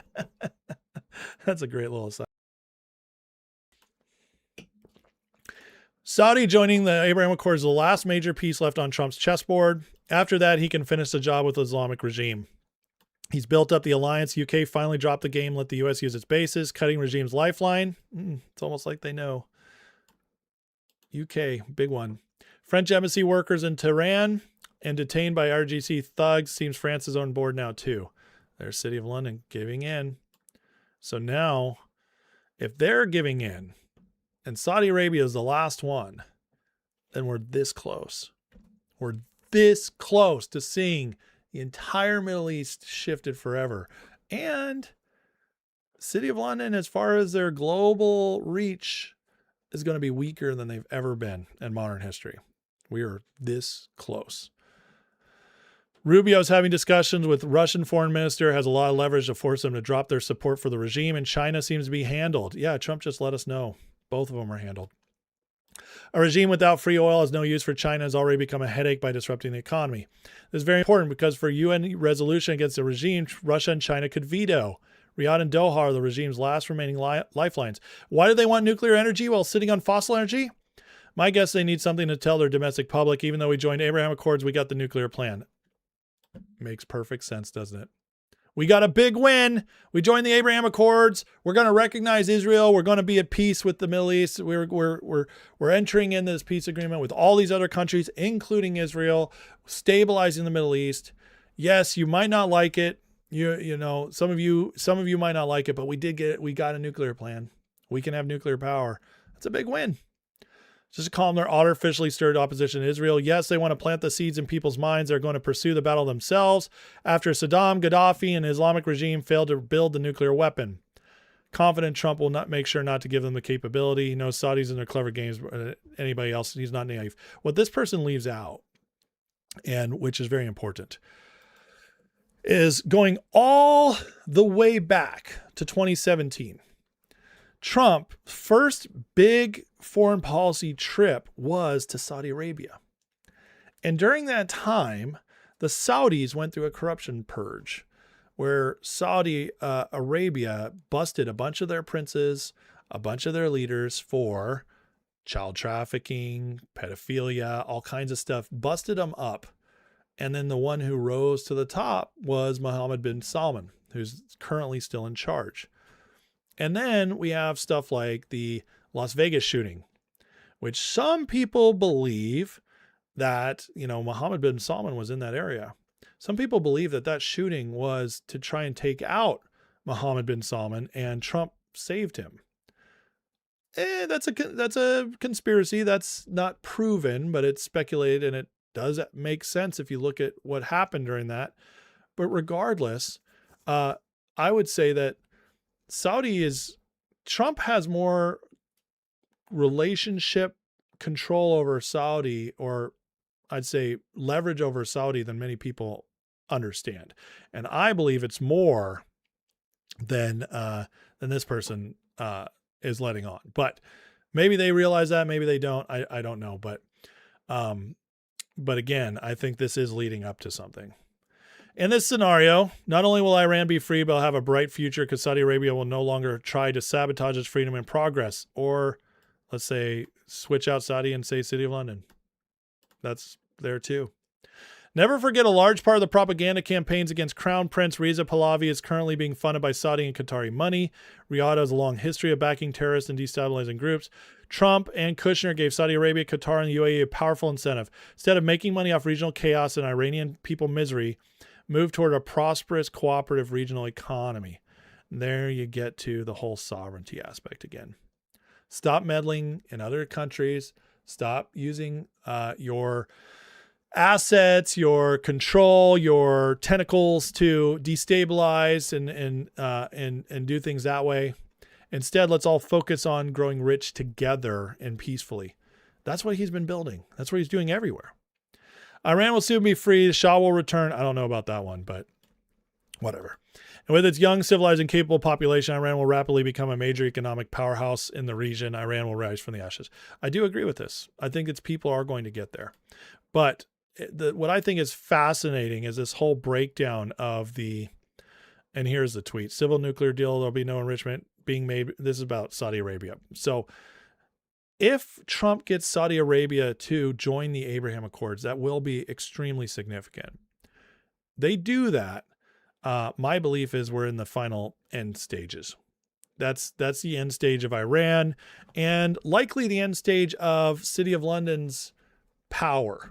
Not that they won't still have influence, not that they still won't do stuff, not that they're dissolved or surrendered, but their power outside of Europe is pretty much gone after this.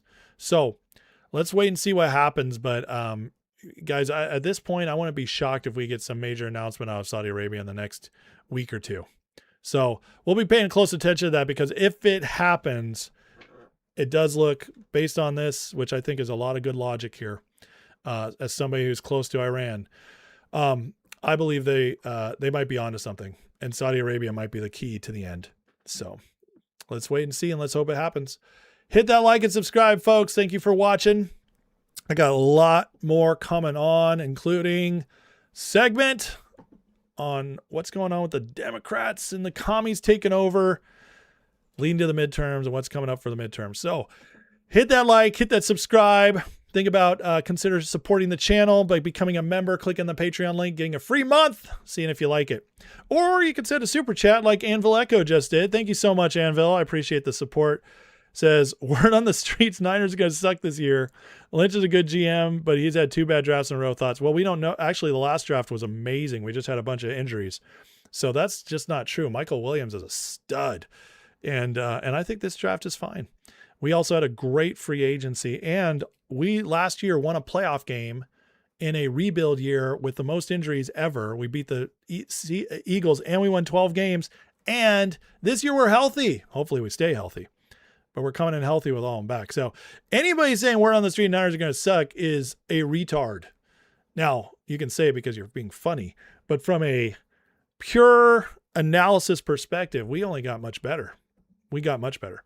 And last year we were good, even with the injuries. So Anyways, thanks for the $5 super chat, friend, and thanks for getting me off topic. Sleepy Trash Man with a $5 super chat says, pray for me and my tiny little heart. I'm about to run my first 5K ever tomorrow. Well, Father, thank you for Sleepy Trash Man. Bless his heart. Keep him strong. Get him through that and help him make better decisions in the future. Running a 5K, that's crazy, man. Just kidding. Check out what Trump just posted. All right, let's go to Truth Social. Let's see what Trump just posted. Let's see.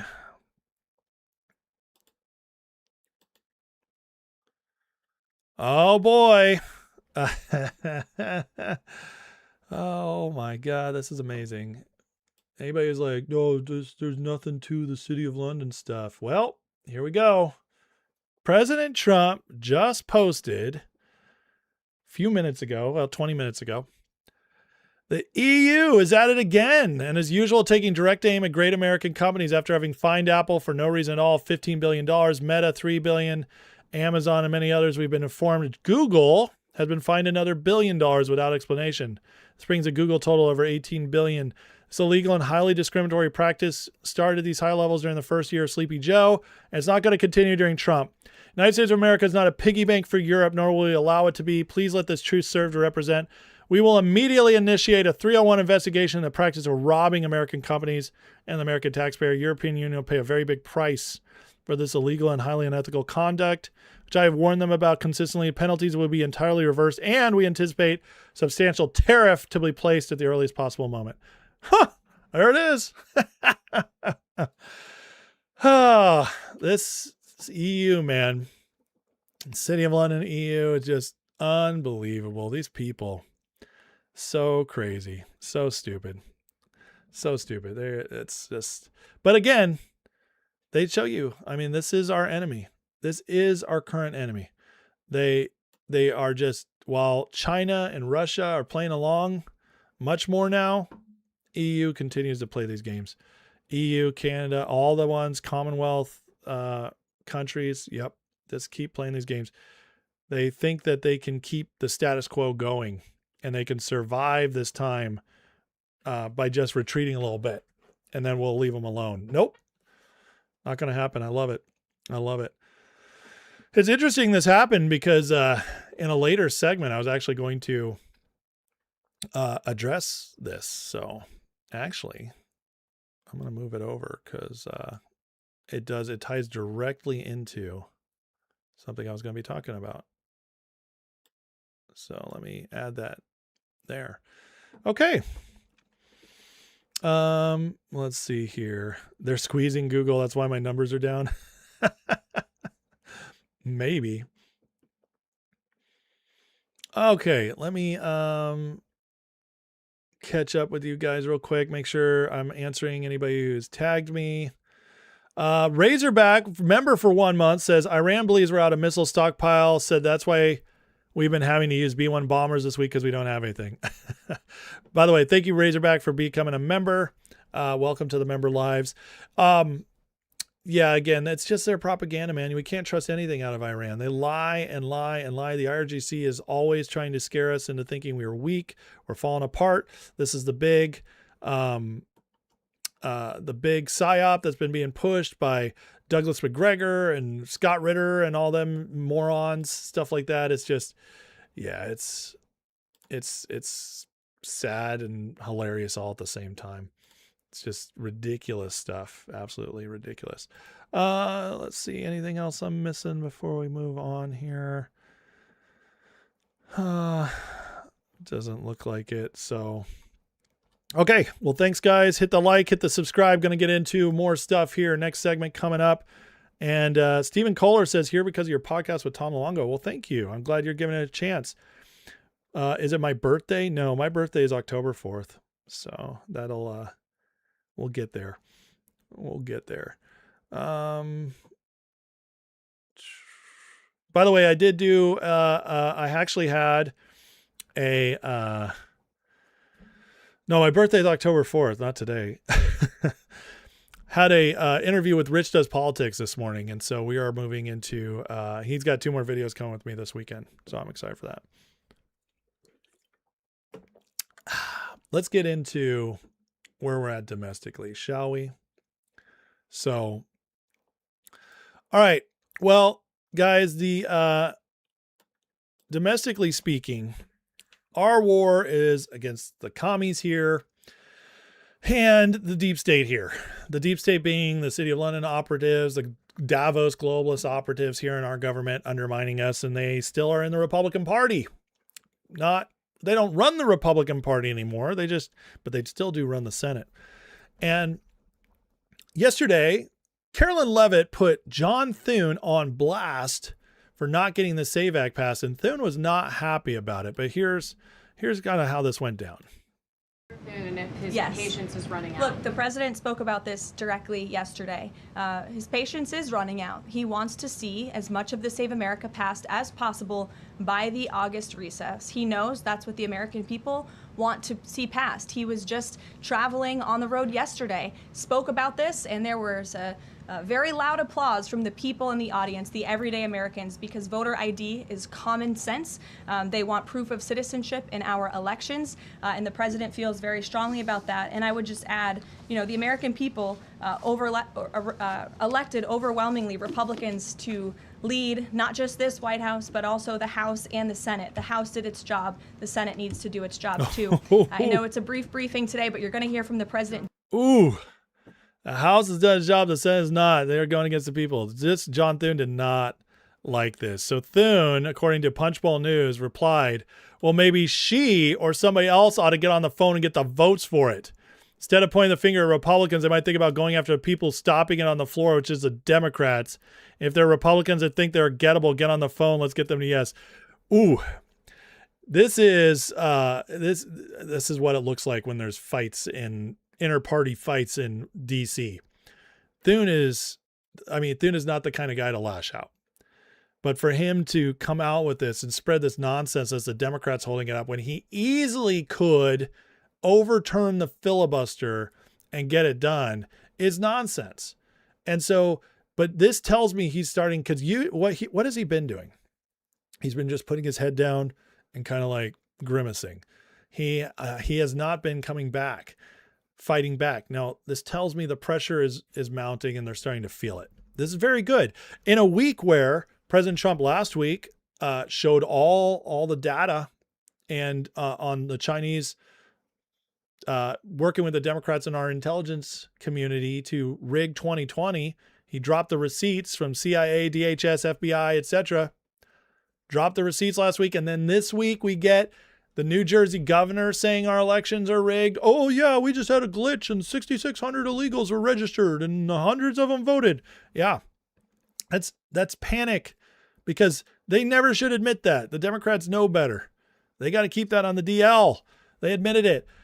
With all this going on now, the pressure is mounting for the Save America Act and Thune is starting to crack. Very good news. It's very good news. And it's happening while the Trump administration is doing everything they can to secure the midterms. Here's Harmeet Dillon going after voter rolls. Listen to this. Do you plan to take this fight to the Supreme Court? Well, we do. It's actually closer to 30 states. 20 states have given us their voter rolls voluntarily, and we've found hundreds of thousands of people on those voter rolls who shouldn't have been there. Now, since the governor made this announcement, we've opened up an investigation. We asked her to disclose to us the names of the 6,600 individuals who were wrongfully put on the voter rolls and then the 400 who voted knowing that they weren't entitled to. And today she hasn't responded to us yet, but she did tell the New York Times and others in New Jersey that she wasn't going to give us that information because, quote unquote, we would weaponize it and she doesn't trust us with the data. Well, who can't be trusted with data, Governor Sherrill? It seems like it's actually New Jersey because these people said they weren't entitled to vote and then you put them on the voter rolls in your state, blaming the vendor, calling it a glitch, etc. It is the job of the election officials, not some data vendor, to determine citizenship when they put people on the voter rolls. That's federal law. And it also sounds like, Liz, the state allowed these people to stay on the voter rolls for more than a year after they knew that they weren't legally entitled. That is a violation of federal law, too, federal criminal law. So we're looking at this very carefully. Can't call it a mistake when you let them stay there. See, the Trump administration is doing all kinds of stuff on this front, folks. And this is why I'm really not worried going forward. I think even what they are capable of doing as far as cheating and rigging, it's going to be so much more limited than it's been in the past because of the pressure nonstop coming from the Trump DOJ. But again, this just comes out more and more. This is now regularly on Fox News. Fox News, controlled by Rupert Murdoch, denied the 2020 election rigging, denied things were stolen, called Trump a liar, allowed all that to be propagated on their channel. Now they're regularly talking to them about the voter fraud, running these stories. That means that Fox News is giving in. Fox News is allowing all this to be shared now. That's a big step forward because there's a lot of people who still watch Fox. It's still the most watched out of all the cable networks that thought Trump was lying. And now they consistently are being exposed to it. So the pressure continues to mount. Speaking of Fox News, here's more coverage from Fox News about rigging going on in California. Are considering a lawsuit against the state's Democratic Attorney General. They say Rob Bonta has rewritten a ballot description for a voter ID initiative in a way designed to sway voters. Senior national correspondent William Lajeunesse takes a look from Los Angeles. This initiative will now appear on the November 2026 ballot. More than 1 million Californians signed petitions putting voter ID on the ballot. But what voters see and what they signed are different. It is to make people confused and to work and undermine the election process. Supporters say State Attorney General Rob Bonta stacked the deck against them. Here's why.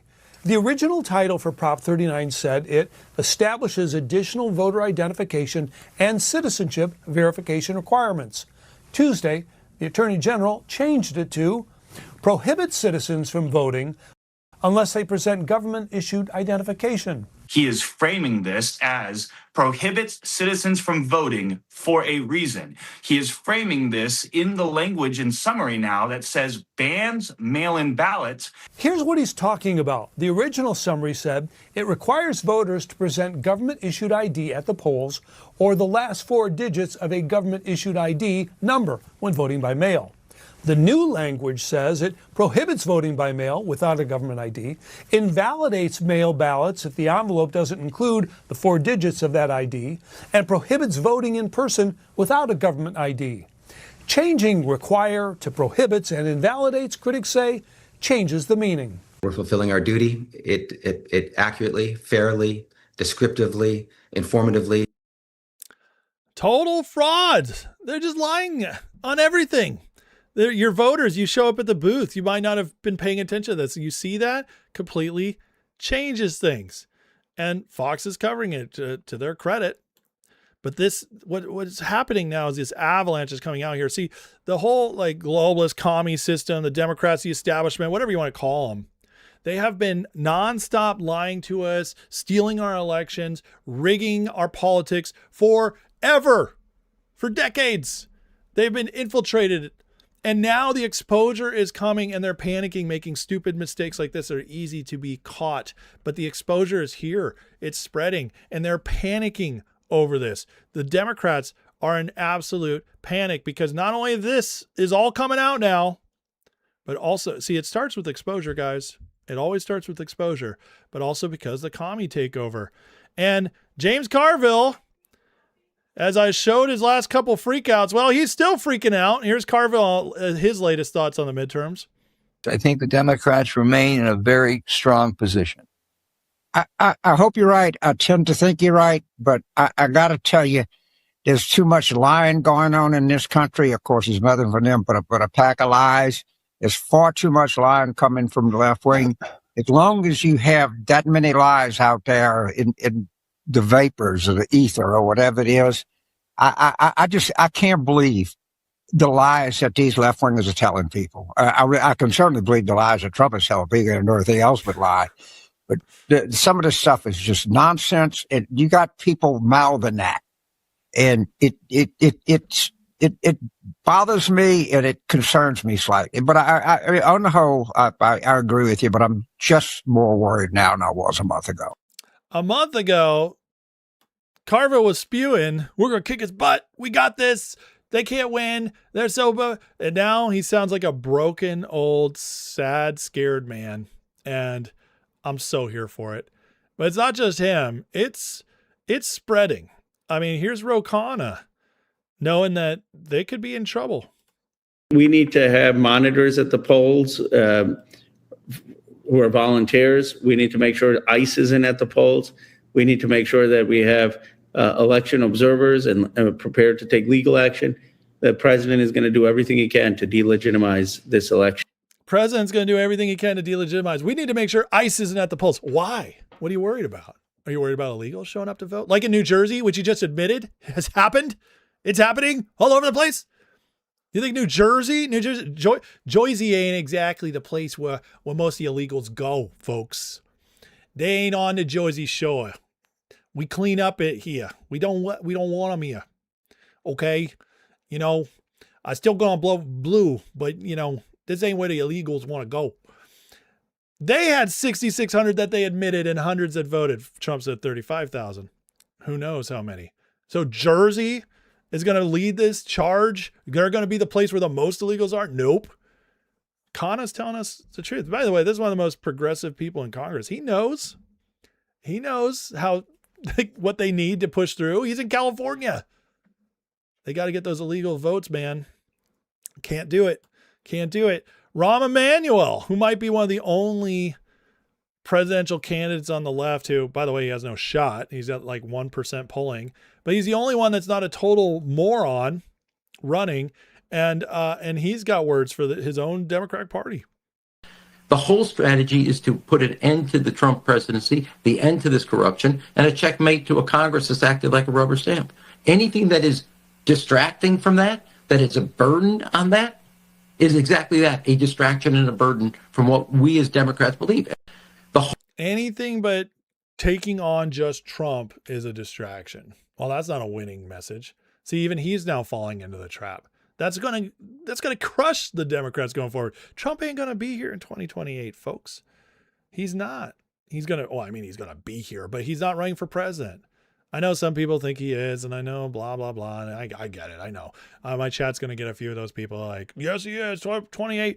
I get it. Would it be fun if he could? Absolutely. Would he win if he could? I think he could. But Trump tends to follow the Constitution, and I don't think he'll be pushing that. But regardless, this being their strategy, I mean, they're just so, it's TDS all the time, man. And that's why one of the reasons they're losing. And this is how, in this recent interview with Elon, he perfectly describes what happened to the left, where he's at. And here's Elon saying basically what I think a majority of Americans feel. And this is why, again, the Democrats are getting weaker and weaker. What the normal people. Okay. What you call the far right, falsely. You think is the normal person. Okay. Yes. Literally, you could go back 10 or 15 years. And these policies were completely normal. In fact, one of the tricks that I think is funny. One thing that's quite funny is to like take a speech from Obama and Hillary, and then go to someone and say, who's sort of on the sort of what I call the lunatic left, and say, what do you think of the speech by Trump? I'm like, oh wow, he's the worst person ever. Actually, that was a speech by Obama, or actually, that was a speech by Hillary. I agree. No, I agree that the center of gravity in this country has shifted. Certainly, the Democratic Party has shifted to the left. But that's not what I'm talking about. I'm talking about people like Rupert Lowe. I'm talking about people. It's actually just normal people. It's just normal people. It's just normal people. And and here are the principles. And tell me which of these sound terrible. That we should have secure borders. That we should have safe cities. That we should have sensible spending. Which of those three are far right fringe? And I would like to just admonish you and the media for the absurd characterization of the far right. It is false and misleading and nonsense. Please keep this part in. We'll keep all of this in. What a total badass. I love Elon. I'll say it. I love Elon Musk. I believe that man is full on MAGA and he gets it. I really do. And with guys like this, people on our side, leading the future, helping us be at the top. I mean, think about this. We have the most powerful man in the world in Trump as our leader. and we have the richest man in the world, the most behind the scenes in the markets and everything, influential man in the world on our side. That's a good place to be, folks. That's a good place to be. And we're not going anywhere as long as this continues, because Elon's not alone. There's a whole bunch of people in the world, CEOs, tech bros, rich people who see like he does and have no problem now being identified on the right. That's a huge win. And that means that over time, we're going to win far more than we lose in the current trajectory we're at. And another reason is because we're getting more and more obvious about who the commies are. Here's a great little clip from Rubio explaining communists. They can call themselves anti-capitalist or anti-imperialist or communist or anarchist or Marxist, but the fundamental character is always the same. An overwhelming need to tear down what greater men have built through violence and through terror. They despise the West because the West is great. The world communism envisions is a world without God. The world it envisions is a world without courage, a world without creativity or ambition, a world without heroes or glory or great causes to strive towards, a world without miracles, without myths, without men who rise above the rest to do incredible and extraordinary things. Boom. He's absolutely right. You can't win like that. You can't win like that. And they are, they're desperate because they're being outed for who they are. See, this is what Rubio just described. It's so much more than communists. We know they're communists, right? We know that's the Fabian method. We've gotten the reports this week of Cuba infiltrating us with a communist ethos, the communist spread throughout our institutions, our universities, our politics, pushing that forward. Why? Because ultimately, if the more people choose this communism, this socialism, which leads to communism, it's empowering what they want, what the globalists want, what the City of London wants, which is the centralized power where they have all the wealth, all the freedom, all the control. And then what we get is the pennies on the dollar, the pittance to just be their workforce. That's what they want for us. They don't, and they want to depopulate us so we're more controllable.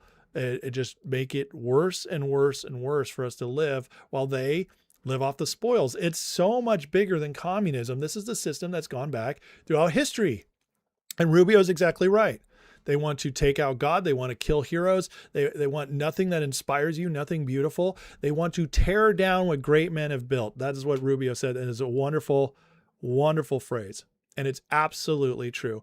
Tear down what great men have built, which is exactly what the City of London system, Davos system, is doing right now, even as we speak, as the EU continues to run their technocratic, socialist, communist government, whatever you want to call it, every day by trying to tear down greatness. And this is one of the ways they do it, by fining our tech companies.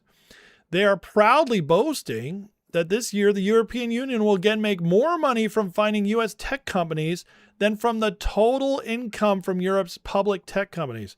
You see that? The fining of U.S. tech companies is more than the total tax income from Europe's tech companies. That just tells you how much Europe sucks. They can't even make tech companies that can, with a tax bill, that make enough money to pay a tax bill larger than the fines. But here it is. Look at this. Projected EU fines on big tech for 26, 3.8 billion euros. Projected tax income from their public sector tech companies is 3.5 billion, 300 million more from these fines. As we looked at earlier, Trump has put an end to this, which they are not happy about. Here's Trump on Truth Social just a little bit ago. The European Union is at it again as usual, taking direct aim at great American companies after having fined Apple for no reason at all, 15 billion, Meta 3 billion, Amazon 2.5, and many others. We've been informed that Google, an advanced and amazing group, has been fined another $1 billion without explanation. This brings the Google total over 18 billion. This illegal and highly discriminatory practice started at these high levels during the first year of the Sleepy Joe administration. Why? Because Sleepy Joe was their last chance to advance their agenda in America. So they accelerated. They pushed the gas. See, we've been sleeping in this stew. We were the frogs in boiling water, where they slowly were managed decline so that we would be upset about it, but ultimately our culture mostly accepted it. But then Biden came in because Trump disrupted them. The plan was always to go from Obama to Hillary and end the U.S. as we know it. Trump disrupted that. He set back most of their agenda. And so Biden came in and they had one more chance to push the gas. We got to catch up. We got to make up for everything that's been undone. And this is why they immediately started allowing our tech companies to be attacked. And I'm not even a fan of a lot of these tech companies. Don't get me wrong. Google, Apple, Meta, they've done terrible things. I'm not a big fan of them, but they are also our innovators. They are where our most of our wealth comes from at this moment, in the financial industries at least. So we can't let them go. We can regulate them better. We can force them to treat the American people better. That's all true.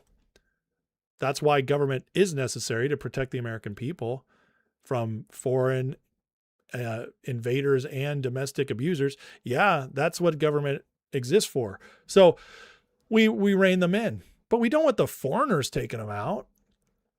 That's stopping. That's continuing the managed decline. That's forcing these companies to censor and not innovate. And the Biden administration ramped that up. That's why they did it. But it's not going to continue during Trump. The United States of America is not a piggy bank for Europe. That is a huge statement right there, because we have been their piggy bank for a long time. NATO, anyone? Please let this truth serve to represent will we immediately initiate a 301 investigation on practice of robbing American companies and turn the American taxpayer. European Union will pay a very big price for this illegal and highly unethical conduct, which I have consistently warned about. Penalties will be reversed, and we anticipate a substantial tariff placed upon them.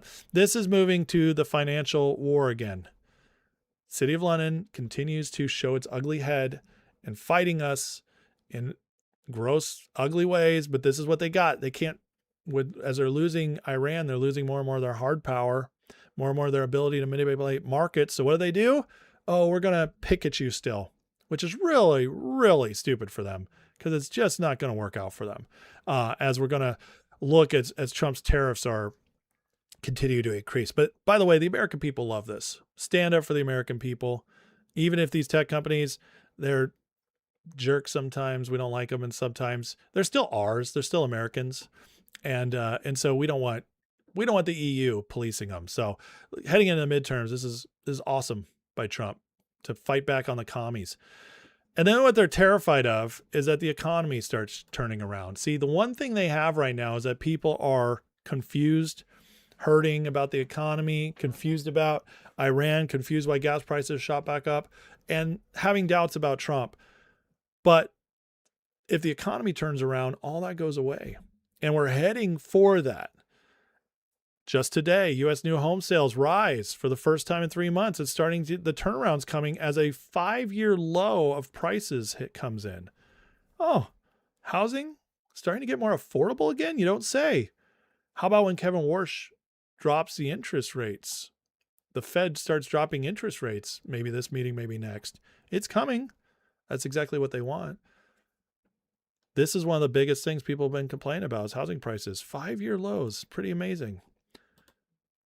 How about PMI, manufacturing? Signal's a little mixed, but signal accelerating economic growth in Q3. Oh, Trump's policies are working? What? No. It's all trending up. We're starting to head in that right direction.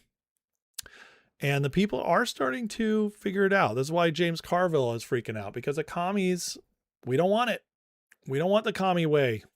We want the American way.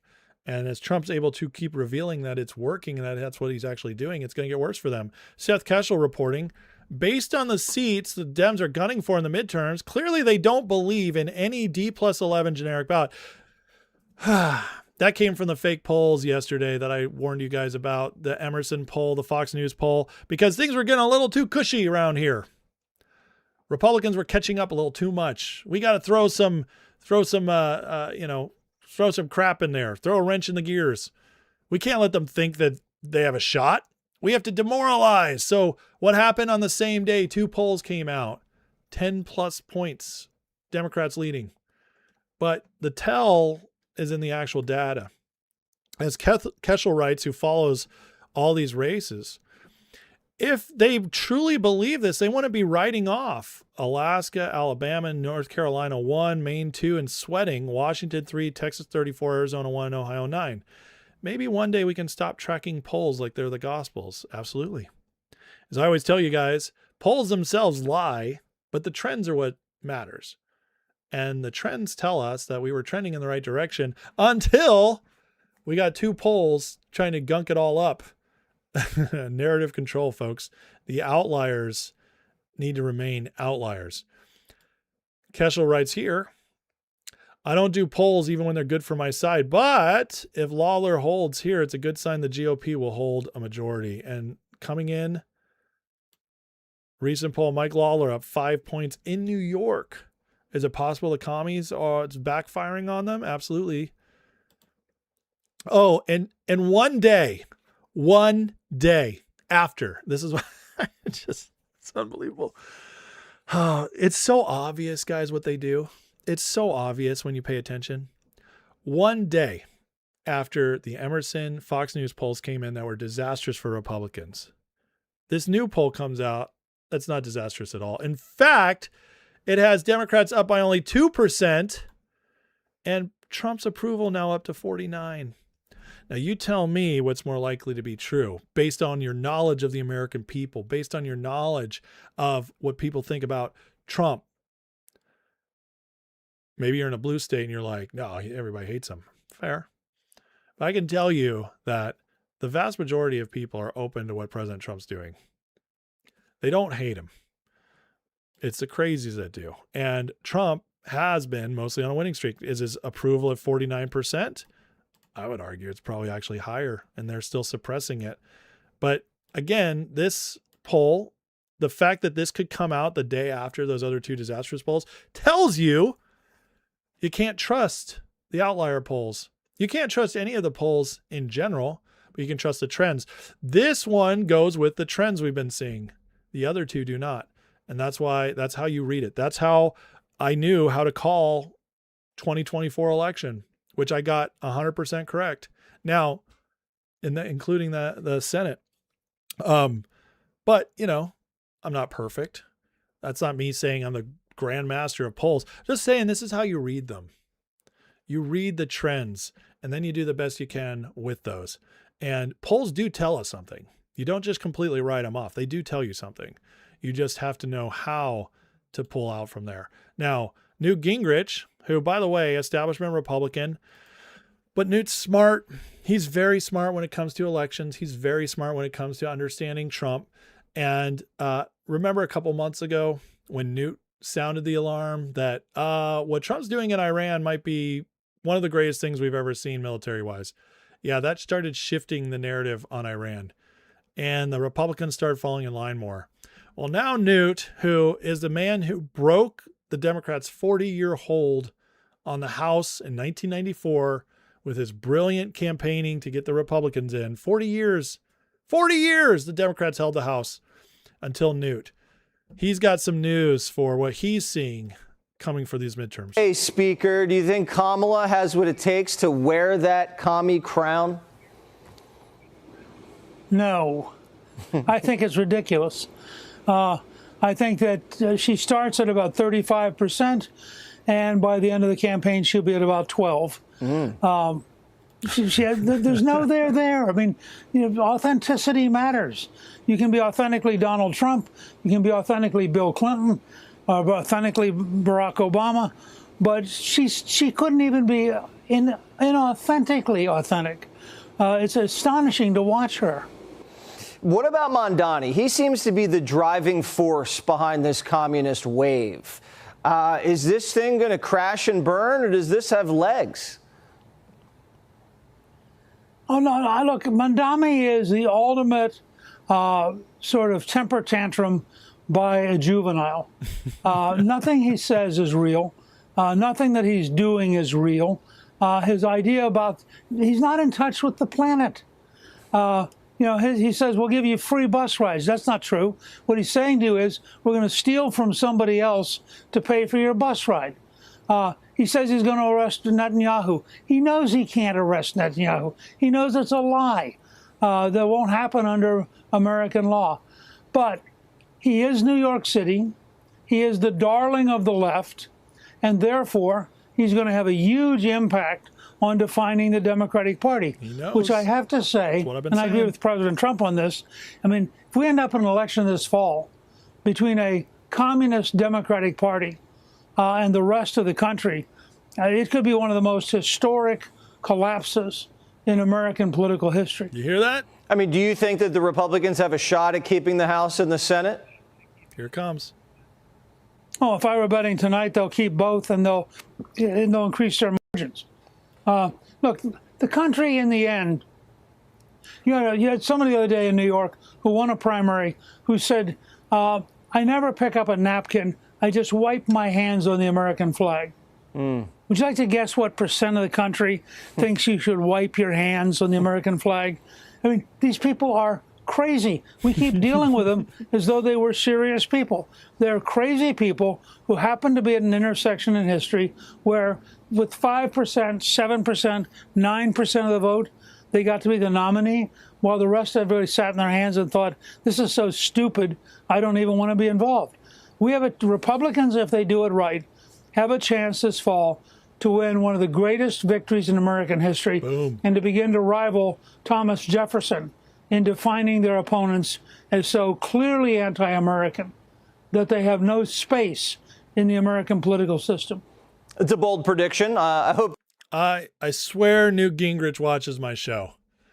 Why is Newt always, he always comes to my side on things. He's a little late. I say these things 2-3 weeks, sometimes a month ahead of time. But Newt, man, I love it. He keeps coming back to me. He's like, hey, Ace, I'm going to say what you said, and I'm going to take credit for it. I'm just kidding. I know Newt doesn't watch my show. But somebody that smart who understands all this, who keeps coming along. And again, Newt's, he's establishment. He's old school. But I will say he understands the political climate. And he's very, very smart. And so anytime Newt is coming on for the party, guys, you listen.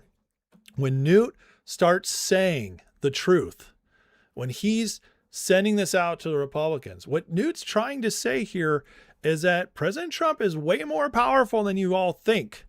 This is a warning to the Republicans. Guys, I know you're trying to tank the midterms, but the Democrats are falling apart. Trump has this hold. We're going to win. What are you going to do about it? Republicans don't want to win right now, especially in the Senate. They want to lose. They want to be able to have the excuse to not get anything done. Because in this midterms, it's more MAGA senators coming in. It's rhinos are going bye-bye. The House is going to be more MAGA. And so those who are going to stay are going to be more miserable dealing with these people. They don't want that. They want to build to 28. They want the Trump coalition to die. They want MAGA to die. So then 28, the Bush wing can come back in and take over. That's what they want. And Newt right here is telling them, yeah, I don't see it happening. Did you hear what he said? He said, if it was today, I'd bet that we gain in the midterms. Right now on Kalshi, you can get Republicans at 17 cents. It's an 83% chance the Democrats win. So pretty crazy, pretty interesting stuff. Now, Trump, knowing what's coming over the next 2 years, because with the economy and everything and with what he's doing, had something very interesting to say yesterday about what's going to happen after he's gone. All these buildings, plants, factories that we're talking about start opening up. All I know is I'd like to be the next president, because I'm going to make somebody look very good. They're going to sit there and all this stuff is going to be opening and they're going to be saying what a genius they are. That happened with Biden. I got cuts in medicine prices that statutorily took 2 or 3 years. And I got these tremendous cuts, and then they sat there and said, oh, yeah. They didn't even know where they came from. But I got them, and this is going to be a much bigger example. You have all these plants that are going to be opening up over the next 2 years. Sooner, but 2 years. and somebody's going to look very, very smart. And I hope you remember me, because what we've done is something that nobody thought was possible. Between the economy, the unleashing of tech, the rebuilding of the military, unleashing the military, restructuring the foreign policy, restructuring the global order, all of that, it's going to be bringing in so much prosperity, so much innovation, so many better things for us over the next couple of years as it's building up. Remember, we're only at the beginning. As it keeps building up, Trump's absolutely right. The next president is going to look like a genius, and they're really just going to have to not screw it up. That's what's coming. And it's why I think 2028 and beyond, we're going to be, I mean, at least 28 and 32, we're going to be cooking. I think the 28 election is going to be a landslide for Republicans, whether it's Rubio or Vance or whoever. I think it's going to be huge because the economy by that point should be roaring, despite City of London's best efforts. But as the Democratic Party is imploding and the Republican Party gets more MAGA, we are truly rebuilding a coalition of and passing policies, thanks to what Trump is pushing through, that's laying the groundwork for a truly better American future, unlike anything you and I have ever seen. So hold on, folks. It's only going to get better from here. Doesn't mean there won't be fights. Doesn't mean there won't be setbacks. But I think the midterms, they swing our way. Or even if they don't, and say they just take the House, stuff will still, they can't stop the economy from growing. The Democrats can't. They can't stop Trump from imposing justice through the DOJ. They can't stop him from changing things in foreign policy. They can't stop him from cutting off their funding and going after voting fraud. They can't stop any of that. So whatever happens in the midterms, I think things really ramp up afterwards. And I am very excited for it. And if we win, holy moly, it's going to be on. So I'm very excited for what's coming. And so is Newt Gingrich. And I'm telling you, in 2 weeks, he's going to be talking about how excited he is for what's coming, because that's what he likes to do after he watches my show. All right, hit that like and subscribe, folks. Oh, we got more coming, including the Grifter Report. Grifter Report, not coming. It is coming, though. I like to end on the Grifter Report because it's a lot of fun. But I do want to get into the chat real quick. There was a couple super chats I wasn't able to get to yet, so let me make sure I get back to those. Let's see. Sweaty Zeus Gaming said, regarding the NFL, Lamar Jackson should be embraced by conservatives. He supports Trump as a Baltimore QB and vocally refused the shots. Also retweeted Charlie Kirk a lot. I didn't know he retweeted Charlie a lot. That's awesome. Good job, man. Lamar. Good for him. I do support Lamar Jackson. I just don't want the Ravens to beat the Niners. So thank you, Sway Zeus. $5 super chat for J-Bone says Glenn Beck's Torch group blew Thune's email and voicemail up yesterday. Okay, so he had a group blow up email and voicemail yesterday for Thune, so maybe he's pissy from that. Good job, Glenn Beck. Thanks, J-Bone, for that. Mandy with the $5 super chat says, did you see JP Morgan has stopped its construction of its new offices in London and announced they'll go to Saudi Arabia? No way. Are you serious? That I did not hear that. That is huge. That is absolutely huge. Wow. Okay. Interesting. Janet 6474 with a $10 super chat says, so far, I've not disagreed with you on anything, but General Holt said 219 is very dangerous and unconstitutional as it gives a deep state a backdoor into our government, and said he'll never sign it. 219 is interesting. I'm going to wait and see what Trump does with it before I make a determination, because to me, I read it. It doesn't look like that serious. It looks just more like we're making some intel sharing official in the same way we have with Five Eyes. Not that I love that, but it also does end some of our other aid to Israel in a way. So, I'm mixed on 219. It's definitely not as dangerous as I think it is. It's definitely not merging our military. So that's a lie. But, who disagrees with Holt on that is Tom Luongo. And I kind of see it more like Tom does. But we'll see.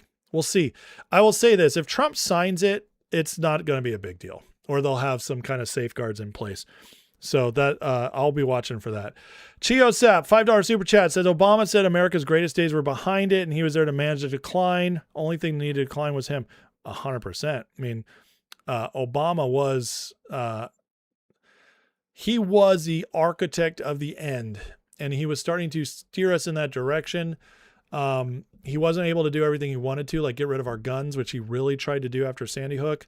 The American people fought back, but Hillary was supposed to be the final one. Her 8 years she came in, she was going to be overseeing during the COVID lockdowns. Can you imagine how terrible that would have been? Hillary at the helm would have probably overseen World War III, and they would have just declined us into oblivion. So yeah, I agree with you, but thankfully they lost. Thankfully God gave us a miracle with Trump. Chiosap also says Trump shoved the magic wand up Obama's arse. I love it. Absolutely. Well said. Thank you for the super chats. Column Talks, $5 super chat says, it will force moderate Dems to the right, and 30% of true believer progressives won't vote for them. This breaks the Dem for decades. Yes, I agree with you. Thank you for the super chat, friend.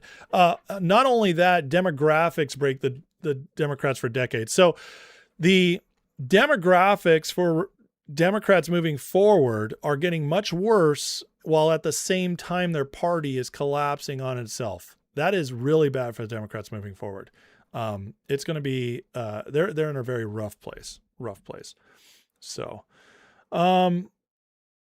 Kate says YouTube isn't suppressing you. It's the AI YouTube uses it as. The AI doesn't want to hear anyone criticizing or questioning the mainstay of its existence. I'm sure that's part of it. USA for All, welcome to the Basic Ace All membership. You now have access to the members only lives. Thank you for joining and supporting the show. I appreciate it. Everybody else, if you don't mind, hit the like, hit the subscribe. Greatly appreciate you guys for your support. For everybody who super chatted, very appreciated. Always guaranteed to be read a super chat. And also the another way to support is to join the membership. The Patreon is free for a month. Try it out. See what you think. It's in the description below. Anything else here before we move on? Global boiling hoax. Yeah. Now it's no longer global warming. It's climate change. That way they can throw it in there whichever way they wish. Ace Holders Unite. Thanks, Mark R. Diane says, I'm in Ohio. We're offering free bus rides to the polls in November and offering door-to-door for elderly, disabled people who want to vote. Awesome. Yeah, listen, guys, if we vote in November, we win. Everybody show up. Everybody show up. Do what you can. Drive your neighbors. Get there. Get to the polls in November. Let's make this the most overwhelming midterms they've ever seen. Let's make it presidential election levels, and we will win easily if we do. Lisa Doxy asks if I see the construction company's not been paid by Obama. I have. That's messed up. Yep. So progressives are communists. They do. They love Bernie and Mom Donnie. It's so true. Okay. 2 segments left, folks. I told you today was a big show. 5 segments. 2 left. We're going to talk about the justice Trump is bringing out to the world in these domestic policies and here. And then we're going to do the Grifter Report. Oh, am I competing with Sean Ryan and Tucker? Is that's what's hurting my stream? Dirty Tucker. Are they live streaming that? Hold on a second. Sorry, guys. Let me look at this real quick. I want to see what's going on with Tucker and Sean.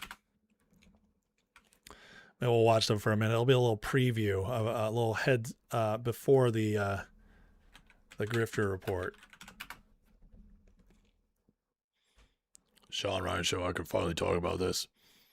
I can't wait for Ami's take on this. Let's see. I guess it's not here. Is it on Tucker's channel? Tucker. Oh.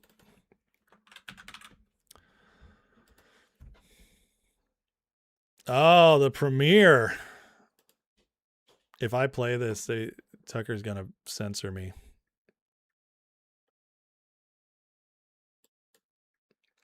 You're right. It's going on right now. Nicotine? Sorry. Okay, now. Okay, sorry. Sorry. That 32,000 watching. Wow, that's messed up. You guys want to watch what the CIA is thinking right now, or what the globalists are trying to project right now into our thinking? Go tune into Sean and Tucker, live right now. Lies for you. Jeez Louise. Oh, yeah. You know that's what the YouTube algo is pushing right now. Okay, because but we're so oppressed by the Jews. The Jews control us all. Meanwhile, still going on. 32,000 viewers live. Yep. Really suppressed there, guys. Really suppressed. Anyways, well, for those who are focused on what's actually happening in the nation and not what Tucker Carlson says is happening with his CIA buddy, ex-CIA buddy. You're never really out of the CIA. We'll get through it here. So the one of the most annoying things I get is that the Trump administration is not getting anything done. I saw it again the other day. And it was all about immigration. If Trump doesn't get 40 million people out in 4 years, it's a failure. We're losing. He won't get it done. What is this crap? They're not doing anything. And I just continually get frustrated by it because all you have to do is do 5 minutes of research and you can see that the Trump administration is actually doing all kinds of amazing things that should have been done years and years and years ago if we'd ever had a real president looking out for the people. One of the things going on right now is absolutely wiping out the cartels. And we were told this isn't something we could do. They're in Mexico. What are you going to do about it? Oh, we couldn't even close the border. Excuses. But we are taking them out. And as Scott Bessent just posted, POTUS has made clear that terrorist cartels will be dismantled. Today's action strikes Cartel de Jalisco Nueva Generacion's leadership, financiers, and criminal networks, denying the cartel resources it uses to traffic fentanyl, terrorize communities, and threaten American lives. Now, Trump understands, along with Bessent, how to weaponize the finances, the economy, more than anybody else ever has in my lifetime. Now, the intel agencies knew this, but our actual government using it to clean things up is amazing. And Treasury Department says, in a sweeping action to confront narco-terrorism, Treasury's Office of Foreign Assets Control sanctioned over 50 Mexican individuals and entities linked to terrorist Cartel de Jalisco, which is responsible for a significant proportion of fentanyl and other deadly drugs trafficked in the United States. Listen, as we do this, see, the money is, that's where it all happens. You have to have the resources to make this stuff happen. The Trump administration gets this, and this is why we're not seeing the riots. This is why with USAID cleared up, we're not even seeing rap music in the charting anymore. Every little thing that's ever been linked to the CIA is struggling. How about Hollywood? Struggling. I mean, everything that's ever been linked, the MSM struggling. Trump is defunding this stuff, and all of a sudden their power is just shriveling up. The only people who haven't been shriveling up power-wise is the podcasters who get all that foreign money. Yeah, you guys know what I'm talking about. But it's pretty clear the Trump administration, man, wiping out the cartels, this is huge. This is right after we had one of the cartel members, one of the big guys, I can't remember his name off the top of my head, just sentenced to life in prison in order to repay $15 billion. Sinaloa cartel. Man, that's getting it done. That impacts the people. That sets the people free and gives us safety in our nation, which is exactly what the federal government should be doing.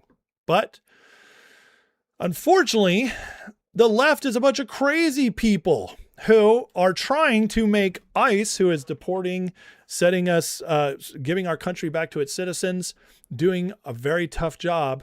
They keep coming out and attacking the very people trying to fix our nation. State Rep Enrique Sanchez, from the left, of course, says fighting and dealing with ICE since last year has effed me up in the head over trying to protect and defend hundreds and hundreds of our community members in Providence and Rhode Island. Rhode Island, that little baby state. It's like, we're flooded with illegals. We're going to save them all.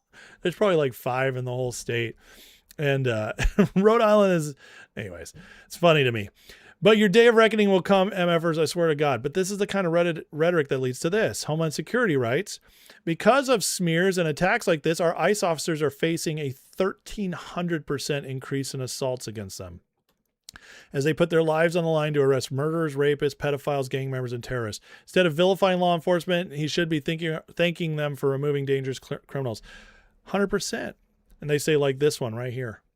Phet Phomacine, a criminal illegal from Laos, convicted of homicide, removed. This one, convicted of human trafficking. This one, convicted of trafficking. Criminal illegal from Laos, also convicted of child fondling, selling cocaine, molesting minors. Yeah, this is who they're protecting, folks.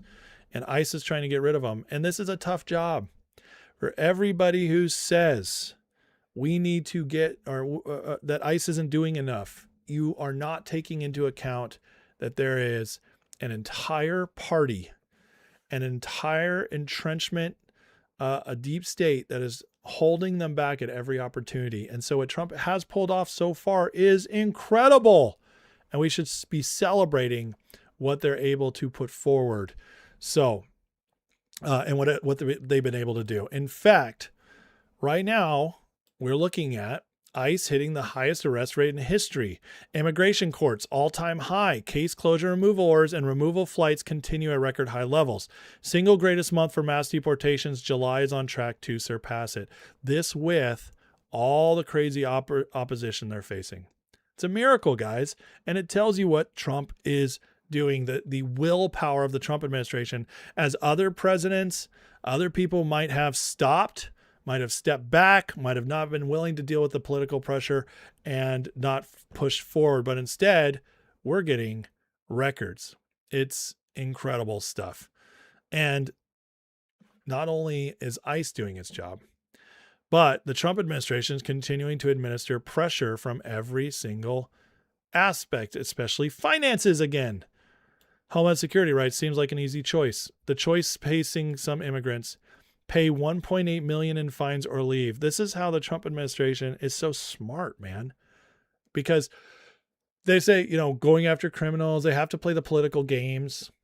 And then what they do? Well, to keep the protesting down, to keep the left down, to make the people on the fence feel a little better that we're not getting rid of the nice ones, or we're not like having ICE show up at their door and rough them up.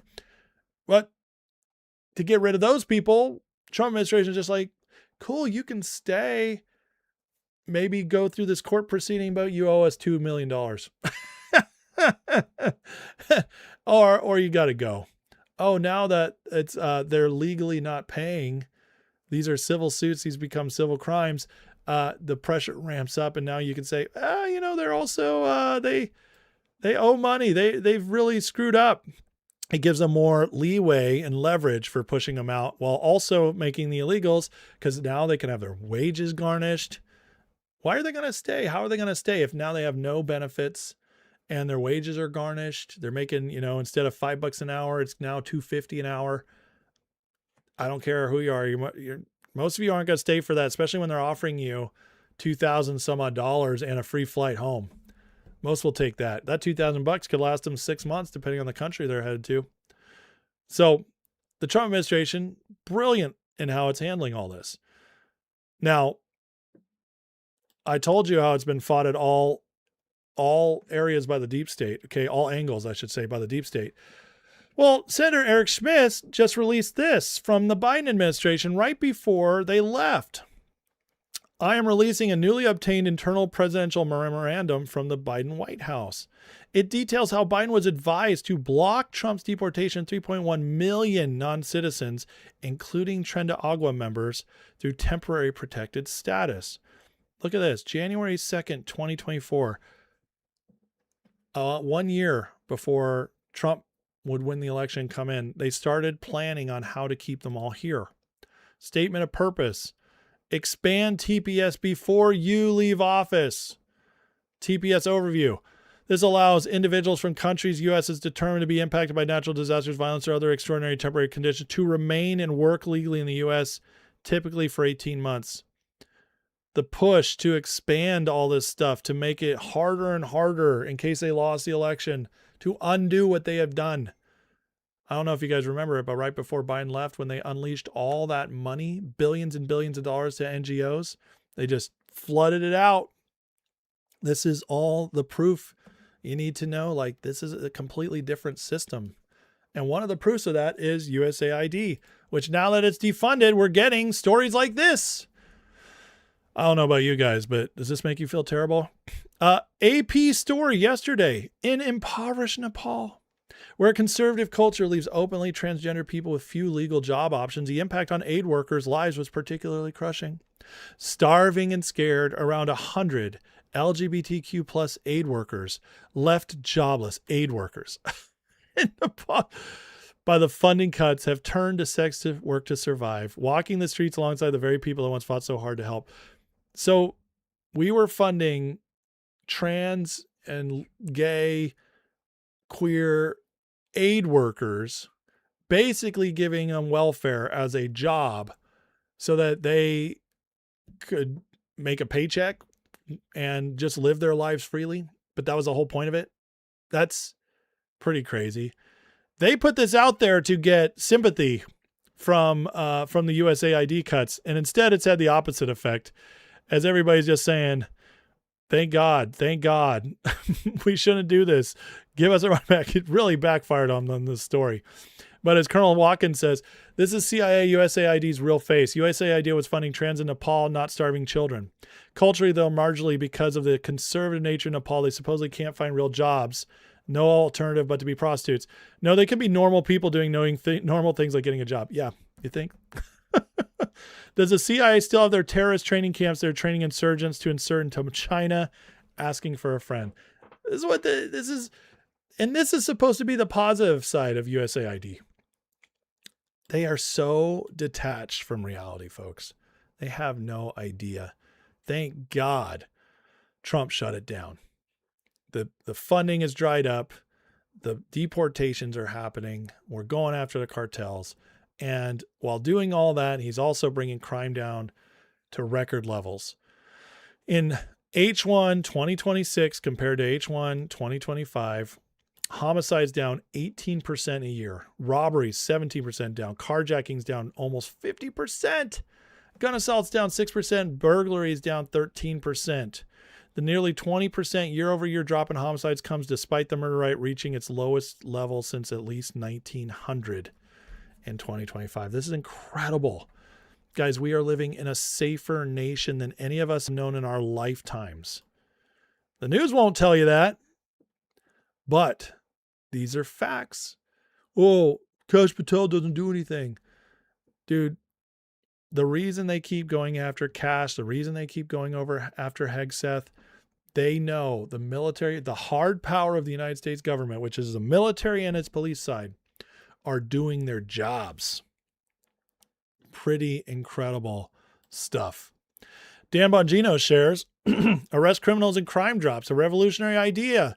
Thanks to the Trump team for taking the handcuffs off law enforcement and putting them on the perps. From Axios, even Axios, which is a left-wing rag that occasionally has some good reporting from a couple decent reporters. Even they're having to admit this is happening in real time. For January through June across 36 U.S. cities, carjackings down 50%, robbery down 40%, homicide down 30%, gun assault 17%, sexual assaults down 13%, domestic violence down 7%, aggravated assault down 3%. Homicides on track to hit their lowest rate in more than 125 years, according to a report from the Council on Criminal Justice. Guys, remember, this is a leftist news magazine. They do not want Trump to be doing well. The leftist cities have no incentive to be reporting crime down in positive ways right now. They all want to attack President Trump, and this makes him look very, very good. So when can you trust statistics? Usually when it's hurting them by reporting them, and they report it anyways. That's usually when you can trust them. This is incredible stuff, folks. Incredible stuff. And it's continuing. Justice is coming. Here's the latest on going after some NGOs. House panel now investigating the money trail of 3 far-left nonprofits. The issue here is whether a Marxist millionaire based in Shanghai gave them tens of millions of dollars. Lucas Tomlinson on that today out of D.C. What'd you find out, Lucas? Good morning, Bill. The powerful House and Ways and Means Committee wants to know how 3 of these left-wing nonprofits obtained more than $39 million from alleged Marxist tech tycoon Neville Singham. One Republican China hawk calls Singham a traitor and wants the Justice Department, who's launched an investigation, to lock him up. All of his money comes from China, ties to the Chinese Communist Party, our biggest adversary in America, the Chinese Communist Party. And this guy, who is an American, but he lives in China, all of the billions of dollars that he's made come from Chinese Communist Party tech companies that are using him to funnel money to fuel left-wing violence in America. Ways and Means Committee Chairman Jason Smith has issued subpoenas to 3 nonprofits called the People's Forum, Breakthrough News, and Tricontinental Institute for Social Research, all left-wing organizations who Smith says failed to turn over documents voluntarily. Lawmakers are investigating whether shell companies were used to obscure the origin of the money and where existing tax-exempt laws properly guard against foreign influence. One expert tells Fox part of the problem is with this opaque world of some nonprofits. The nonprofit system was really set up to help Americans help other Americans and not have to pay taxes to do that. So I think that the fact that you now have foreign entities that have taken such a significant interest in our nonprofit system should raise the red flag. Now, all the organizations accused deny any wrongdoing and argue this infringes on their First Amendment rights. Recall Whittaker Chambers' warnings about communism in his best-selling autobiography, Witness, written in 1952, Bill. Cleaning it all up, guys. NGOs being subpoenaed, tens of millions coming from China. This is just the latest. These 3 left-wing nonprofits obtained more than $39 million from the Marxist tech tycoons. This is what they've been doing, guys, forever. Money laundering. That's exactly what these NGOs are. This is how they get money to the rioters, the protesters, change people's opinions, get funding candidates, you name it. It's all a big Ponzi scheme. And it's being dismantled. And they're freaking out about it. They don't know what to do. This money come from here. We keep catching them. All these different ways. This is almost daily now. Almost daily we're getting news of fraud being busted, NGOs being busted, almost daily. It's absolutely insane. And it just, this is justice, folks. This is justice. We had no idea how bad things were. And a lot of us knew things were bad, but it was so much worse. But it's all being cleaned up at an incredible pace. The Trump administration, considering what they're up against, considering the backlash before them, considering the resources they have, are doing things at an incredible, incredible pace. This is amazing, and we should be celebrating it. We should be celebrating stuff like this. The Vance Bolter sentenced to 2 life sentences for murdering the House Speaker, Melissa Hortman. Bolter's vehicle found no King's flyers on the seat, killed Hortman, her husband, soon after she voted against health care for illegals. Can Waltz pardon this guy? No, that would be crazy. He did say Tim Waltz told him to do it. But now I don't think Waltz would free him. He admitted to it. But still, this is justice. These people might have gotten off before, might have slipped through the cracks before, got a slap on the wrist. Who knows?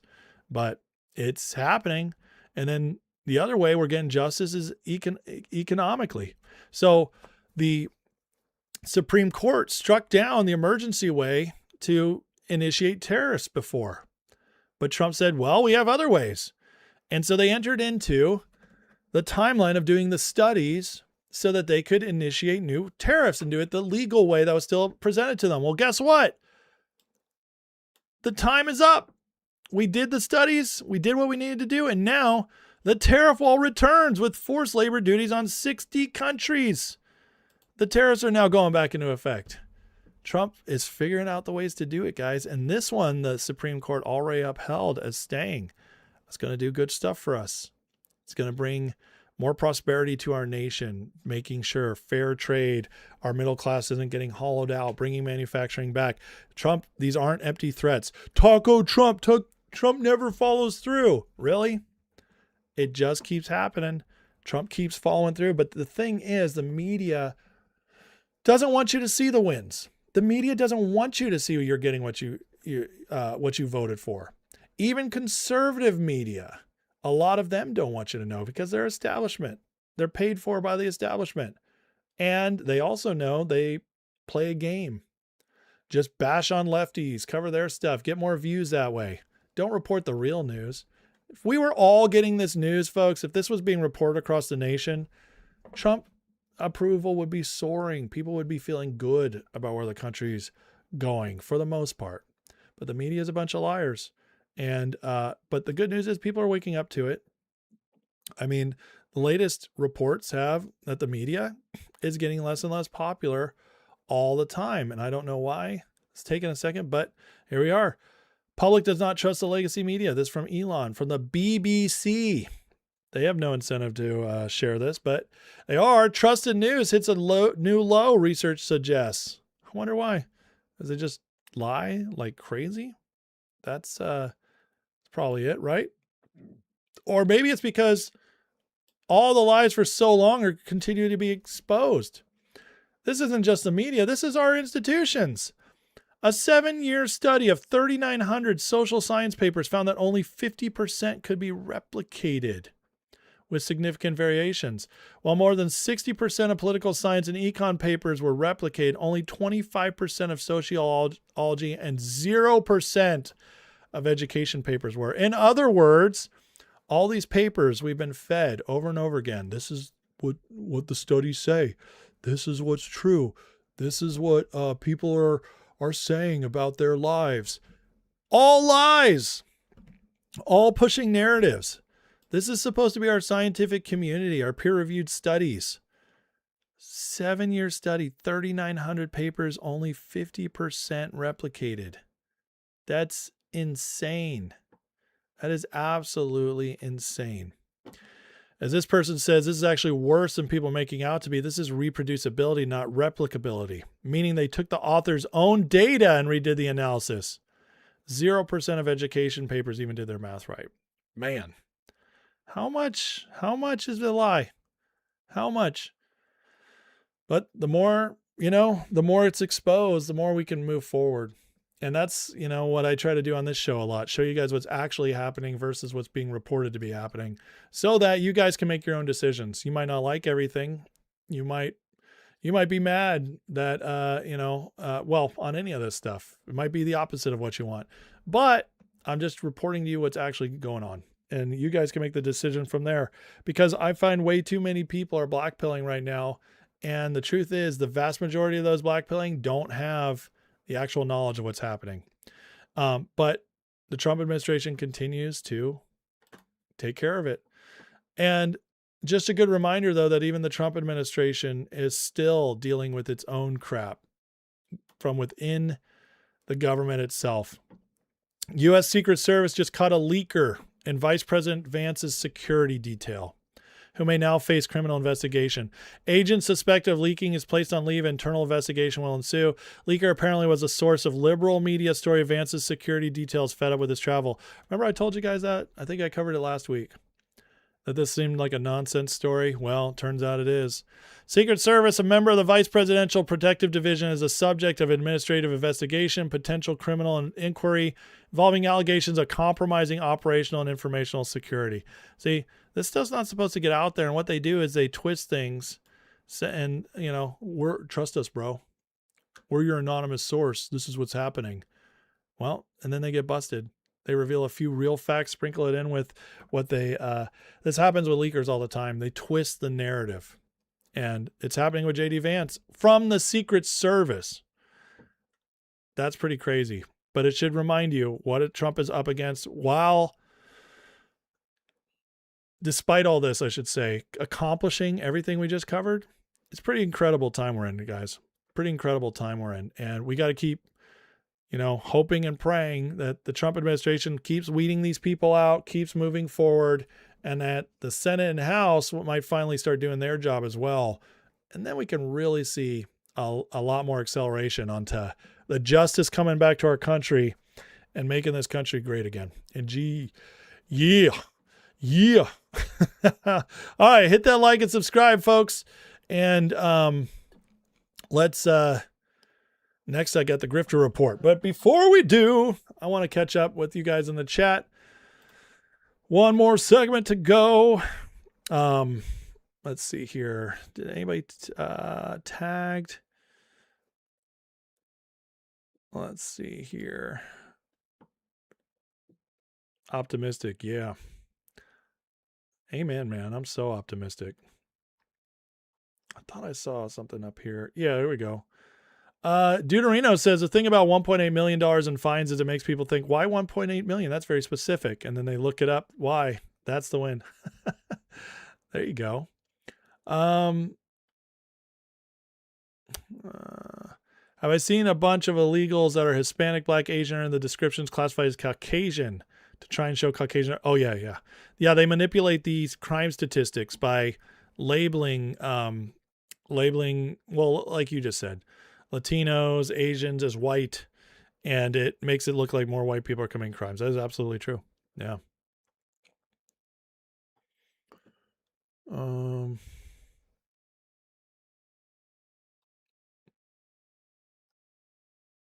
Let's see.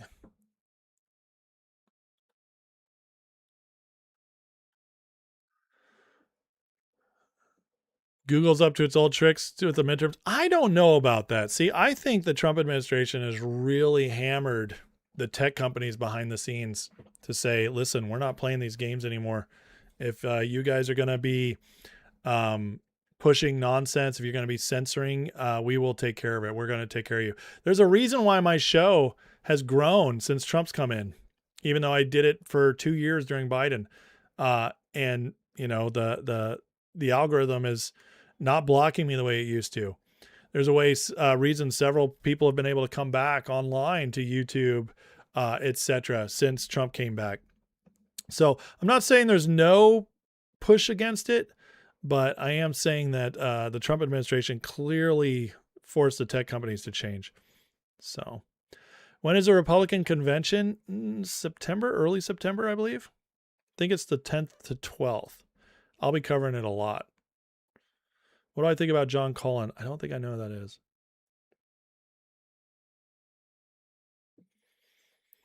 Democrats, commies can't do math. No, they cannot.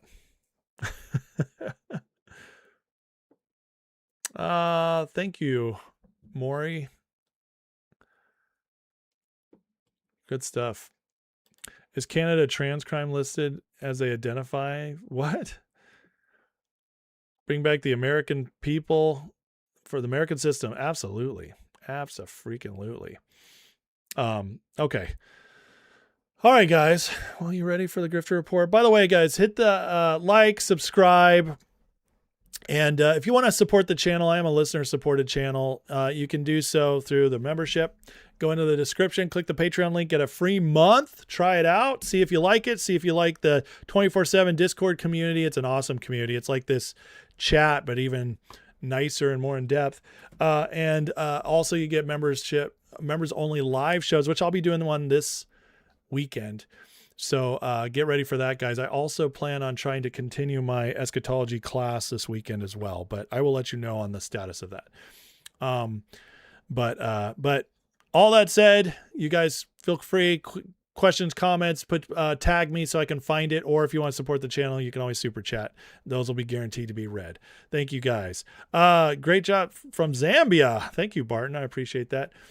Do I think Sean Ryan is dumb or just CIA? He's CIA. I think so. I don't think he's very smart either, but he's definitely ex-CIA, and there's a reason he's been promoted so much. See, guys, you don't get.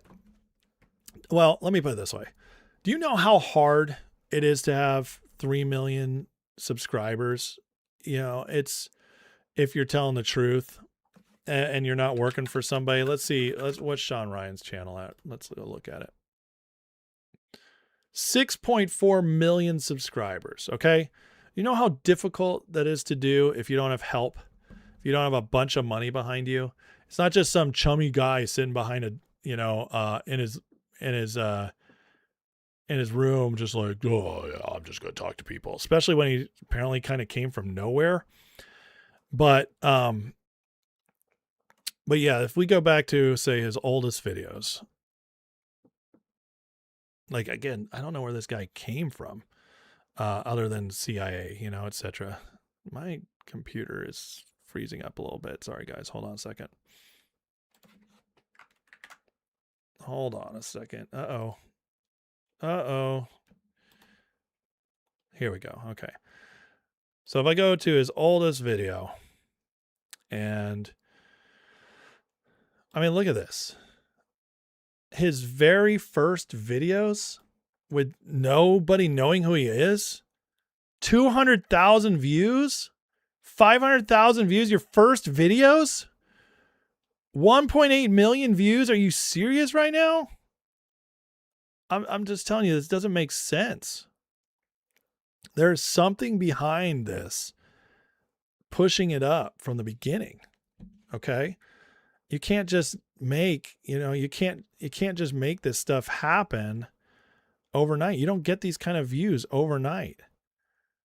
I mean, this one, Marcus Luttrell, okay, I can say that one probably, got some views.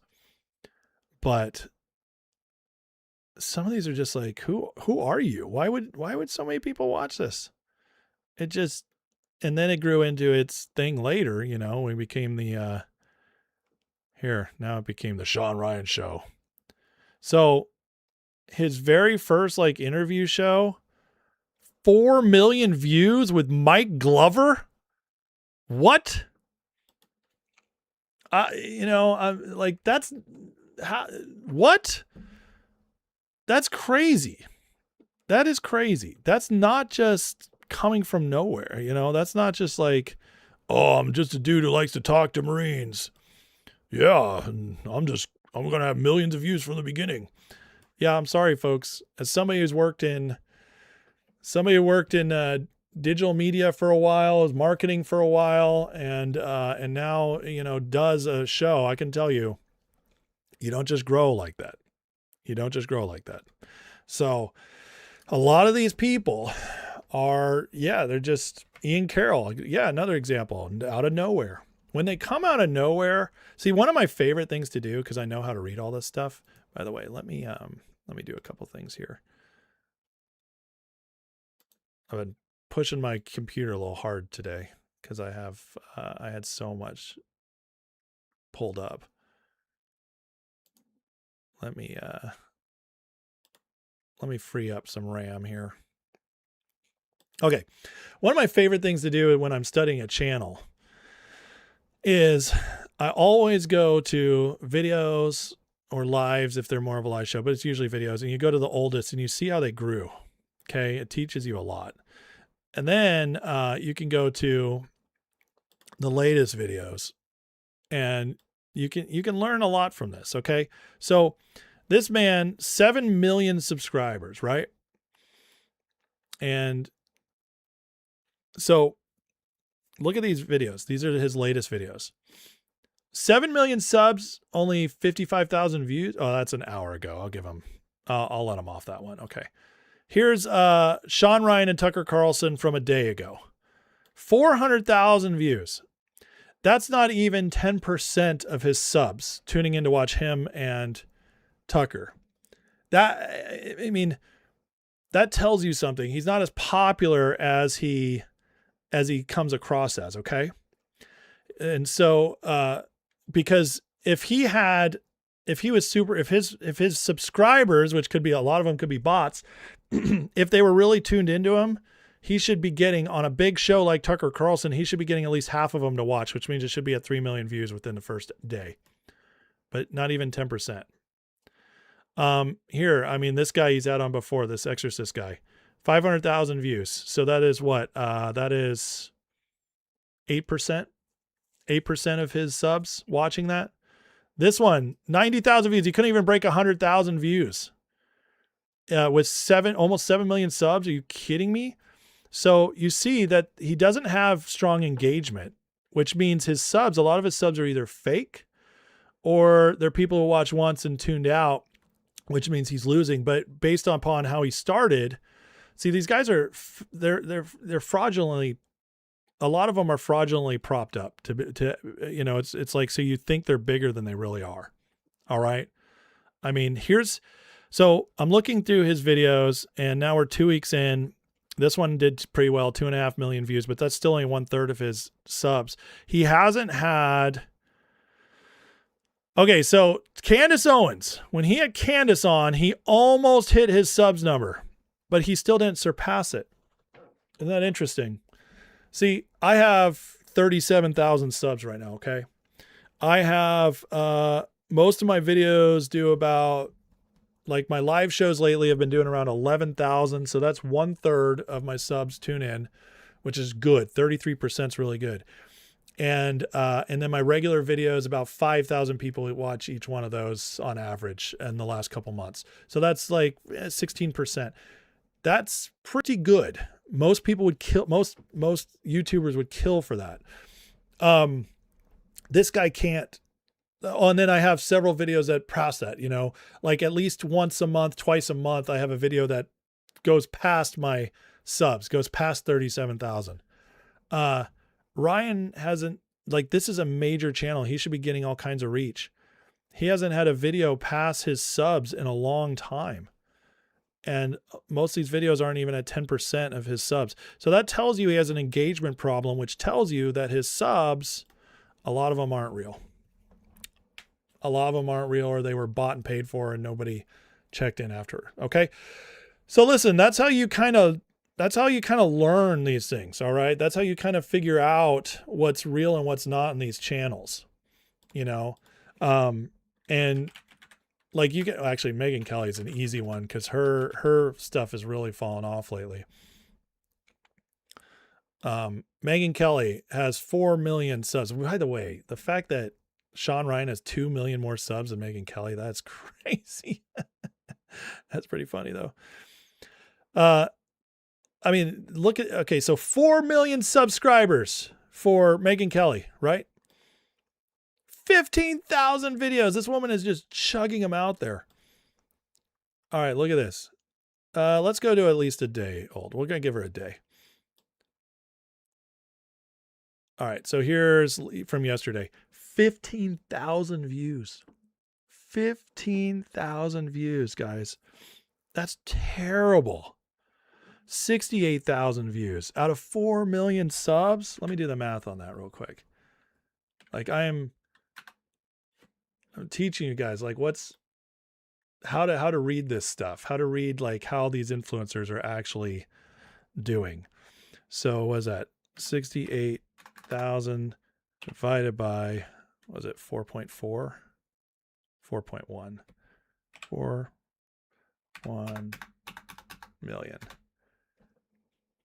Oh, I did that wrong. Whoops. 68,000 divided by, not times. Why is my calculator sucking right now? I have a retarded calculator. There we go. That is 2%, actually 0.16% of her viewers, of her subs watch this video. 0.16%. Look at this. 30,000. Oh, she broke 100,000 here. 100,000. This woman just cannot get these big views anymore. This is pathetic. Wow. Out of 4.4 million. Oh, or 4.1 million. That is insane. I think Megan's show is dying, folks. Megan's show is dying. Even on the Tyler Robinson streams, she was only getting 40,000. Now, compare this to when she was at her most popular. Look at this. Her most popular video ever. She only broke her subscribers once. That tells you a lot, right? Only had one video ever go past what her subscribers are at. That's a sign. I'm telling you guys, this is how you can tell if somebody's really as famous as they claim to be or not. Now, Candace had a good run here where she actually got a lot of people watching her for a bit. So she's going to be a little stronger on the organic, but it's also because she's a shit stirrer. She's always getting into it. She's good at marketing. I'll give her that. So she's got 6 million subs, and here's her latest. So, these are just her videos. These are her interviews. So she interviews, high profile people, and she gets in the millions. But see, even Candace can't get 6 million subs. Even Candace couldn't break 33% here. She's right at, about 34% here of her subs. Even she's not breaking her subs number. So it shows you and then on her live shows. So 6 million subs, 100,000 or almost 1 million views. So about 16%, which is, it's decent. It's decent. But these aren't exploding. These aren't exploding. Also, her views are not where they were. So look, we go back 4 months ago. Okay. Look at the views. 4 million, 2 million, 3 million, 3 million, 6 million, 2 million, 2 million, 3 million, 3 million. And now look at her views. Less than 1 million, 1 million, 1.5 million, 1 million, 1.4, 1.5. Her views are less than half of what they were 4 months ago. Oh, these people, nobody's waking up to these people. People still watch these people. It's what you say doesn't matter. You're just giving them attention. Ace, stop doing the Grifter Report. You're just giving them attention. You're making them more popular. Oh yeah? 4 months ago, she had double the views. 4 months ago, she had double the views. God, I hate being right all the time.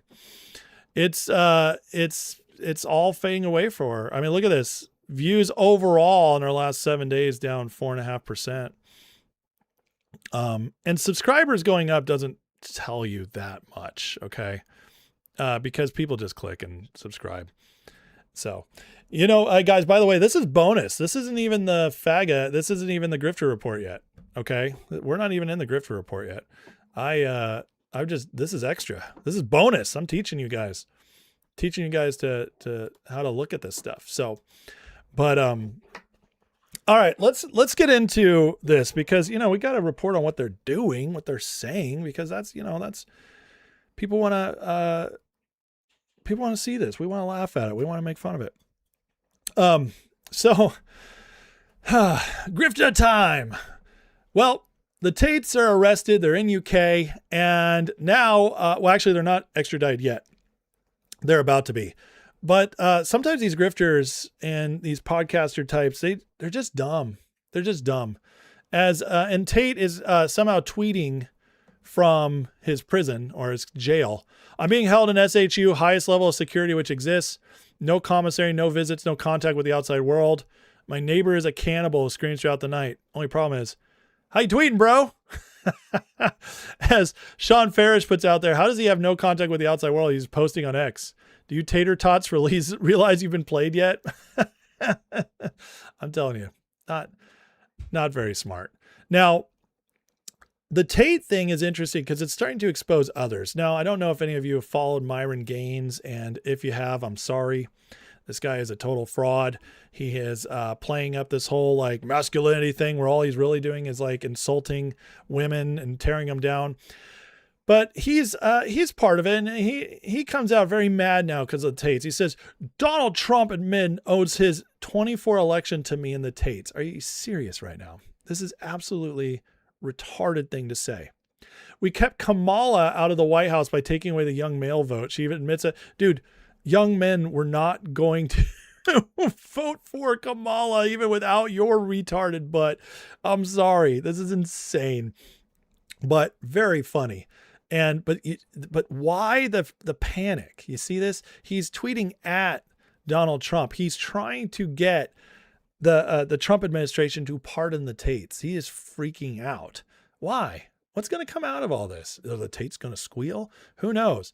But if Farish says, again, this is the most ridiculous thing I've seen all week. This dude, too embarrassed to use his real name. I'd be embarrassed if my name was Amru Fudul, too. Myron Gaines, very Muslim. Thinks he and Andrew Tate are the reason Trump won 24. Gaines is a joke. Trump doesn't even know he exists. And he shouldn't, because Myron Gaines is a total joke. And he's embarrassing to listen to. Honestly, I just to say that. But again, they're freaking out. Now, all this is going on, and guess who's back? Tucker. Tucker's making himself back on the scene, being loud and obnoxious and lying like crazy. But he went on Stephen A. Smith this week, and Stephen A. challenged Tucker, and Tucker had a very Tucker answer. Listen to this. Tucker Carlson, in 2021, you probably wrote that you hated Trump passionately. You later supported him in 2024. So here's the question. Why should listeners see this latest break as principle rather than another pivot on your side, on your part? How do you answer that? Well, I've had many pivots, and I've already explained two of them. I was wrong. Yes, you have. Because I'm wrong a lot, I guess. I mean, I flatter myself and say I'm not wrong a lot, but I certainly am wrong sometimes, and wrong on big things. I was wrong on Trump, and I was wrong on the Iraq War, and I'm sure a million other things. But anyway, I mean, I don't know what to say. People can judge whether I'm sincere or not. I don't really know what I'm getting out of this, actually. I've gotten really nothing Definitely not out of any of it. And I'm not going to whine and say I've lost a lot, but some, including friendships. So I don't really know what my motive would be, but if I can't convince people, I can't. But I'm just telling you, I happened to be there and pretty close and saw a lot of stuff that is like so bad for this country. It's such a total betrayal. Now, I would just say quickly that, yeah, I got mad at Trump in a private text message, which Fox stole from me and sent to the New York Times. Like, that's a whole nother story, kind of crazy. But I wrote that to one of my producers because Trump had made me mad in 2001, right after the election. Okay, I've been mad at people I love. But I decided that Trump was the option to the Republican leadership and the Democratic leadership. He wasn't a Republican. He was a challenge to the Republicans. He came from outside the system. This was how I thought of it. And as they tried to put him in jail and shoot him and all this stuff, I was like, see, it's totally real. It's not a fake thing. I mean, they're trying to put him in jail. That's what I thought, and I still kind of think that. But somewhere along the line, after that Butler shooting in Pennsylvania in July of 2024, he changed like 180 degrees and started doing things that he ran against doing. And so, you tell me what that is. I don't know. I don't think Trump's a great actor. I don't think he was lying before. I think something changed it. Name one thing, Tucker. Name one thing Trump is doing differently than what he promised. I can't think of one, and I follow this just as closely as Tucker does. In fact, maybe more so. The man is not as smart and on up to date as I thought he was. But my God, and what a way to weasel out of his text about I hate Trump. So glad I got with that guy. Well, I just had a bad disagreement with him, so I wanted to go tweet against him. And Fox stole my text. Are you kidding me? This is so pathetic. But what do we expect from somebody who's basically gone full communist? And now I think Tucker is actually showing us who he really was all along. This is exactly the whole Fabian Society communist playbook that the left is running right now, like Bernie Sanders. Check this out. This has been going on for over 60 years. I don't think it's actually helped that much. It's made people hate each other, but it's also obscuring the true crisis in the country, which has nothing to do with race and has to do with economics. And the people benefiting from the private equity scams and the crypto scams and all the other scams underway in the American economy, we don't really produce anything. We just lend money at high interest, sell real estate again and again. Those people are getting richer than everyone else, the billionaire class, and they don't want to deal with questions about how exactly this works. Why are they paying half the taxes that you're paying as a wage earner? Like, I don't really get that. And they don't want to have to defend it. So instead, they're like, the real problem is race. And these whites are just bad, and they've taken all the stuff. Well, actually, if you look at the numbers, that's insane. One of the biggest groups of poor people in this country is white. Are they privileged? I don't think they are. So, it's not about race. We should treat all American citizens equally. That's the whole point of the civil rights movement. That's the whole point of the Constitution. And we're not, and we should. And then just say, look, it's not about ignoring the crimes of the past, which we should not do. But we should never lie about anything. It's just about being honest about what's actually happening. And the real problems stem from the way our tax code is structured. And most people don't even think about it because no one in the media ever talks about it. Yeah, it's a tax It's like, really? So if I invest money, I pay half the tax rate as if I go to work? So are we saying that it's twice as virtuous to invest or to get inherited money as it is to have a job? That's what we are saying. Because we tax things we want to discourage. That's why cigarettes are expensive. So, like, are you really going to say with a straight face that you're like twice as good a person because you inherited money as I am because I go to work every day? Because that's what we're saying. What is he even talking about? Right. And so in a normal country, you just like have a revolution. People are like, I'm not putting up with this. doing that. But in our country, because every conversation is controlled by the media filter, we don't even know what's happening. And so people are like, well, my life sucks. It must be the whites, and some whites are like, it must be the blacks or whatever. It's like, this is racial foment. This is racial conflict, which is created by the people who are taking all the money. Oh, there it is, guys. It's the Jews. It's the billionaires. It's all this nonsense that these people put in our face all the time. It's so crazy. And Tucker has gone full over. And I mean, it's all started with Iran. Iran drove him crazy. You know, it drove him, Megyn, Alex. That was the all assets deployed time. Even though Trump has ran Iran completely different than any neocon ever has, even though, we've almost completely, well, I don't have to go through all Iran again. I've done it 100 times on my show, but Iran is going to end up being one of the greatest restructurings of world order we've ever seen. And Trump's doing it without boots on the ground. And yet that's when they decided to all turn on him. Why? Ask yourself why. Ask yourself why they started parroting all this Marxist nonsense when that happened. Maybe it's because they're the controlled actors trying to subvert what Trump's trying to do, which is undo that globalist system. And, it's been good for him. Here's a chart of net worth for Tucker, Candace, and Marjorie Taylor Greene. Here's Tucker. Woo! Look at that fly. Getting that Qatari money sometime in this area right here. MTG. Whoa, what did she do? Trading those stocks in Congress, baby. Now she can live that good life out in Costa Rica, a $5 million mansion. Candace, it's been a little slower, but Candace didn't just earn the money. She just married a $250 million man in George Farmer, House of Lords' son. But you can see, guys, the wealth. It's, now we know why. It makes so much sense. Tucker's out there crying about the billionaires. This is ruining our country. And he's just making that money. Making that sloppy money, hating on Trump. Take that money and say it, Well, the good news is this is starting to be exposed more and more. Robbie Starbuck, who does great work, by the way, he just put together an entire hour of how the Charlie Kirk conspiracy machine makes money by lying about his murder. And he says, unlike them, any monetization with this will go to his kids. This is a 58-minute video, so I'm not going to play it. But I do recommend going and watching it. He exposes Candace Owens. He exposed several others by how, since last year, when Candace started going after the whole Charlie Kirk narrative, 2 weeks after he died, she didn't even wait for the body to be cold, how they've just been making that moolah ever since then. Grifter class. And but it's being exposed by people like Robbie who are doing great work. Robbie is a former filmmaker. He does all kinds of stuff. He's very MAGA, and I recommend checking it out. Now, so while they're all doing that, though, they're making their money.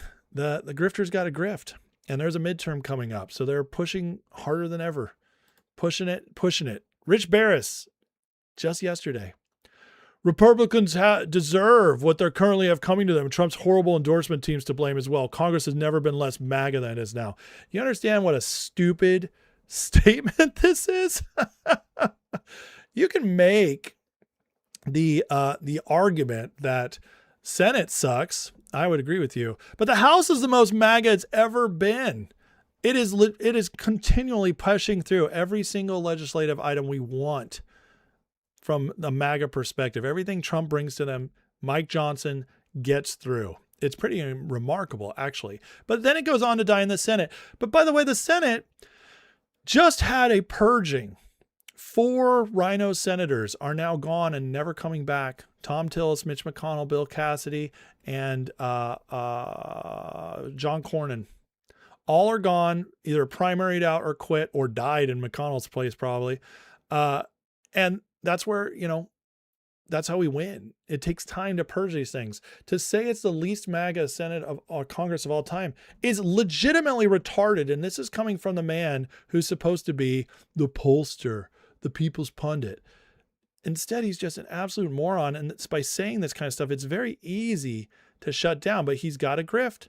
He's got to push the grift. And so does Marjorie Taylor Greene, who, talking about Section 219 in the NDAA, says this will be the most watched recorded vote in modern times. First of all, no, that's a stupid thing to say. It will give a list of names to every member of Congress who betrayed America, committed treason, sold out the American people to a foreign country. Because it's the Jews, guys. It's the Jews. Listen, Section 219 is not something I love in the NDAA. It does open up back and forth data sharing with the Israelis, sharing tech, military tech. That's all true. But you're a moron if you don't think we're already doing that. Now, this does make it a little more official, but it certainly does not merge our militaries. And whoever's coming up with that is a flat out liar or a moron who just hasn't gone and read it. But Thomas Massie and MTG are letting you know, whether you like it or not, you got to look at who's pushing this as well. And the dummies are pushing it. The grifters are pushing it, that this is much scarier than it actually is. And now if you have a legitimate concern about it, that's fine. Make that heard. But don't believe these retards, these grifter folks who have been cheating us their entire careers. Marjorie Taylor Greene couldn't even handle it, and she quit a year early. Nothing makes a difference. Well, you can't even try to make a difference if you quit, Marjorie. But, go get that $5 million mansion in Costa Rica. Enjoy. She probably tweeted this while sipping a Mai Tai at her pool. But regardless, why are they pushing it so hard? Well, Elon Burlingham has a really interesting breakdown on this. And he says this would be an interesting way to get control of Israel's military capacities. Oh, is that one way of doing it? Maybe we're controlling them. You ever think about that? Because guess what, guys? Sorry to tell you, anybody who thinks Israel controls us is a retard. It's like the easiest way to tell if somebody's retarded about politics. Israel controls us, bro. Israel controls Trump. They tell us what to do. Retard alert. You've gone full retard, dude. You never go full retard. That's how you know. There are a bunch of simple jacks out there. Israel, the Jews. Ah. That's how you know. It's the easiest way to tell if somebody has zero idea what they're talking about. Because we are much, much more powerful than them, and we don't need to listen to them. And even if in the past there were people controlled by the Jews, which there were, Mossad people and, whatever, blackmailed, absolutely. But if you think our full government is, and if you think Trump is, you're a retard. Anyways, as EM says, would be a rather interesting way to get total control of Israel's military capacities, as well as real intelligence as to what they are and what they're not. I still stand by my earlier sense. City of London's moving to liquidate the Jews in Israel. Burn a no longer appreciating or sustaining asset, given all the functions Jews held for the past 9 centuries are increasingly now being done by forehead Indians. That's a little uncouth. But the point is this. City of London has had control on Israel. I mean, we know this. Come on. Now I get to speak to the people who think Israel never does anything wrong. Hey, guys, let's have a talk.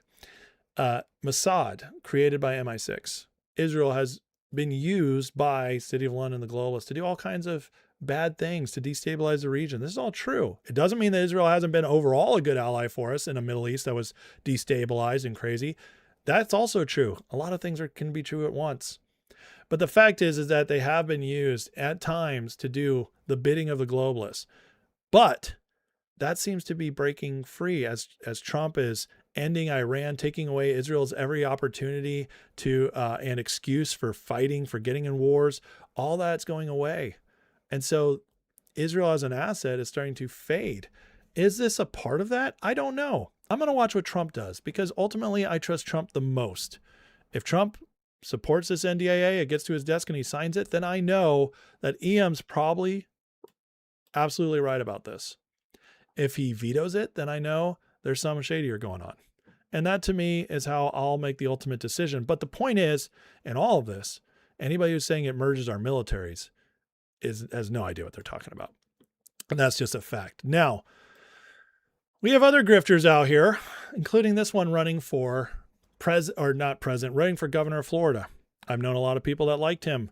I liked him at first as well, until it became more and more that the further he goes, the more he's subverting the MAGA movement from within. And one of the ways you can always tell somebody who's subverting is, first of all, they go on InfoWars. And that's one way to know. But it's when they just outright lie. And this is an outright lie. When James Fishback says, I miss the Trump from 2015 and 2016, the Trump who wanted to ban all immigration from fanatical Middle Eastern countries. Trump who told Israel, we control you, not the other way around. Lies and the Jews. So that's a big tell right there. Well, unfortunately, one of the reasons we know this is a lie is that the travel ban is larger this term. He's more restrictive of immigration than any president since the 30s. All this says you miss the sensation more than you appreciate results. 93 countries, most commonly in Africa, face a new immigration ban under Trump's order. Yeah, that's currently where we're at, folks. This is way more than 2015 and 16. So again, just proof people like Fishback are not who they say they are. Complete and utter liars. And they belong. They belong with the grifters. Throw them in with them. And speaking of this, one of the most controversial and most difficult to pinpoint has been General Michael Flynn. Well, as this account calls out General Flynn, says, it looks like Flynn is separating him for President Trump again over China. Why would he promote and endorse these comments publicly? Does General Flynn have access to more different intelligence regarding China than Trump? Has General Flynn ever met or had a relationship with President Xi? And here it is right here. General Michael Flynn to President Trump, which here's the response. This was posted by this Trisha Hope. I believe this man to be the greatest fraud ever perpetrated on the American people, talking about Trump. General Flynn then wrote, POTUS, are you shitting me? Signed a concerned citizen saying China will never change. Trisha Hope says, thank you for the repost. Sadly, I have zero faith Trump even cares to do right by the American people, to which General Flynn gave a little hang loose and praying for America signal. Why interact with this, General Flynn? Why show like that you are not one of us anymore? There was a long time where Flynn was kind of on the in. He was one of the ones many patriots believed like, oh yeah, Flynn's one of the good guys. He's fighting for us. But Flynn has completely turned on Trump. And you notice what he's pushing. He's pushing the entire China narrative, while Trump is actually trying to fix our relationship with China, get us in a new place with China, not acting as if China is a threat currently. General Flynn and Steve Bannon and others like them are really trying to push China instead of ever talking about the globalists, the EU. Isn't that interesting? So, pretty crazy stuff, but, and it just keeps getting worse for him. As more people are recognizing this. Anyone still think Flynn's on our side? This woman says Butler was staged, by the way. This Trisha Hope person's crazy, and Michael Flynn has no problem engaging with her. So, some to watch for. And then we get Alex Jones doing what Alex Jones does. Well, today, I just wanted to share this because it made me laugh. He posted this at noon today. Friday Live. Tune in to the most censored broadcast in the world. Does anybody believe this for a second? For 1 second, that Alex Jones is the most censored broadcast in the world. That is freaking hilarious. This guy is such a liar. It's unbelievable. Learn the latest insane developments of the exploding Iran war. Trump's looking to use nukes on Iran. Knives out for JD. Americans shocked by Israeli takeover of the Pentagon. Oh my God. Folks, this is how you spot a liar. Okay, this is how you spot a grifter. Somebody who just makes these outrageous claims over and over and over again. It's one thing to do an outrageous claim once and then backtrack and be like, I was wrong. Alex never does that. He doubles down every time. It gets... And at this point, it's just hilarious. It's funnier and funnier every single time. And the problem is Alex has been doing this for a while, but, most people are just starting to wake up to it. But anyways, I mean, look at this. Breaking exclusive. Chuck Schumer's a 5,000-year-old shape-shifting demon. Oh my God. I just saw this one. Who lives underground, a flying saucer buried in New York. See the leaked footage of his spotting ritual? Are you kidding me? Oh my God. This is so funny. If you guys want good comedy, just watch Alex Jones. Oh my God, it's so funny. But this, my friends, is the this is where we're at. This is where Alex has gone. I don't think Alex is getting many good guests on these days. This is what he's resorting to. I guess, like, look, apparently the fact that Chuck Schumer doesn't know how to grill makes him a 5,000-year-old shape-shifting demon with a flying saucer buried in New York. That's proof right there, friends. And, so I take it all back, Alex. You won me back. You're clearly telling the truth. You're clearly on the up and up. And speaking of the up and up, oh man. Well, the greatest grifters are in politics, right? At least the most famous ones. And here's Gavin Newsom talking with David Pakman, one of the left's influencer grifters, about how they outright want to manipulate social media to lie to people to win. And, I'm sharing this one just because I can't believe how open they're being about how they want to lie to the people to win. Listen to this. Realities of the right are more reactive to fear and disgust than the left. It gets into deeper stuff, but one thing is they identify scapegoats and villains really quickly. Some of their arguments are just better in these platforms. Like, to go to some other examples that I talk about in the book. If I just go, listen, it's your money. Taxes are theft and we need tax relief. That's a really tidy and efficient argument, right? And if I come in as the guy on the left, I don't go, no, taxes are awesome and raise them as high as possible. I have to go, listen, if you want to live in a society with basic infrastructure, the only way to do it is through the collection of taxes by the government. Is it sort of coercive? Well, in a sense, but at the same, which one of those is going to do better? Of course, they're stealing your money. It's yours. You should get to keep it. That's structural to their argument. On abortion, there's a similar analogy. Murdering babies is bad. Abortion's murder. That's it. We're not doing it. And we on the left, at least I've never met anyone who goes, abortion's awesome. Let's look to increase the number of abortions. We say there's a lot of competing factors here, and we have to talk about bodily autonomy. And it's not going to translate it never translated as well to the rage of AM radio, and it doesn't work as well in the algorithms. It's structural. Now, I don't think it's inevitable that the left has to lose on it. We have to rethink the entry point into a lot of these issues.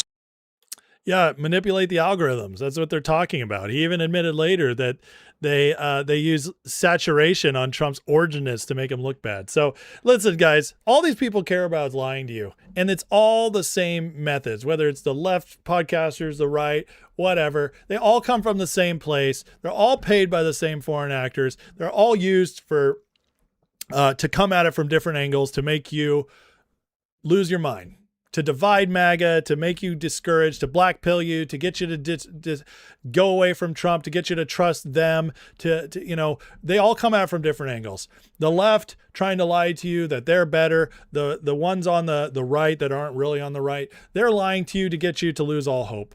It's all for the same purpose. Let the globalists take over. That's what they're doing. All of these people. It's just lie after lie after lie. And, again, as I did earlier on my live show, I showed how these viewers, their views are going down, their influence is collapsing, all because people like me, and I'm not by far nowhere even close to the biggest one doing this, but people like me are calling these people out. This is why we do it. This is why we're going to continue to show it. I'm going to continue to make fun of David Pakman. I'm going to continue to show you how ridiculous Alex Jones can be. I'm going to keep deep diving what General Flynn's doing, and on and on and on, because what Tucker is doing, etc. Because these people, they're just lying to us at this point. They're lying to us, and they're making a bunch of money doing it, and it's sick. It's really sick. So what do? We mock them. We make fun of them. We make sure the lies are obvious, and then nobody can listen to them seriously anymore. And that ultimately is how we win.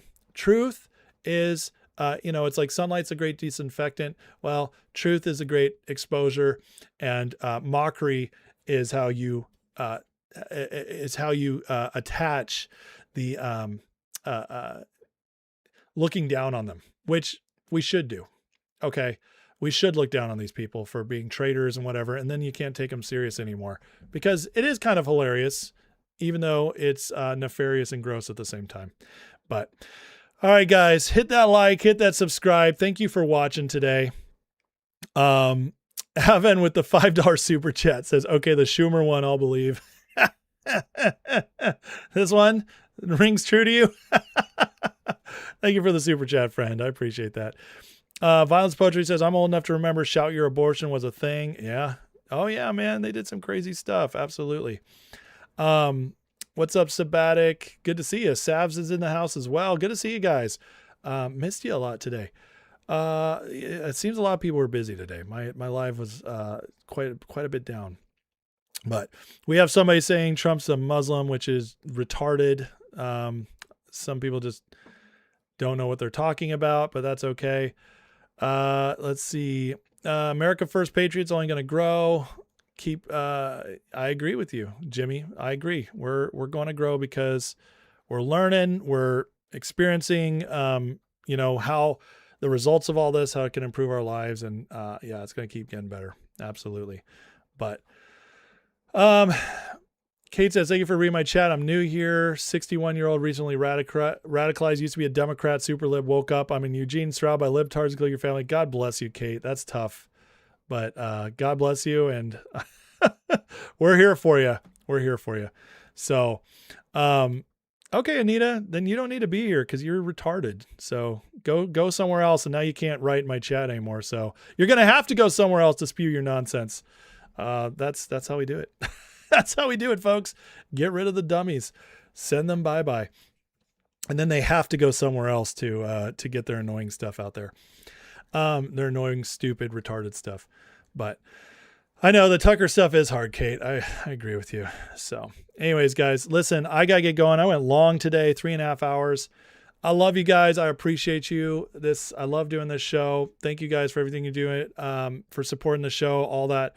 I don't know anything updated on Lebanon, Lisa. Sorry.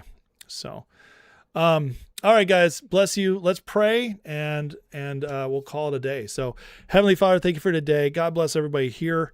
Thank you, Lord, for their support, just by watching this channel, being here, and for this amazing community. Thank you for the members and all of it, Father, and that I get to do this. It's a blessing. So Father, I pray for, God, that you would just protect our president, give him wisdom, get everybody around him the same. Protect our country, Lord. Bless our country. I pray that, Lord, you just bless us going forward, so with more peace, prosperity, and justice than we've ever seen before, and that we can leave that to our kids, grandkids, and great-grandkids, a better country than we inherited, and that it would also spread to the rest of the world, God, so that other people can experience freedom, prosperity, justice, Lord, the way they deserve. We pray all this in Jesus' name. Amen. Love you guys. Have a blessed weekend. And I'll see you all next week, Monday morning, or Monday at 12, except for you beautiful, beautiful members. I'll see you guys this weekend. God bless. See you soon. Bye.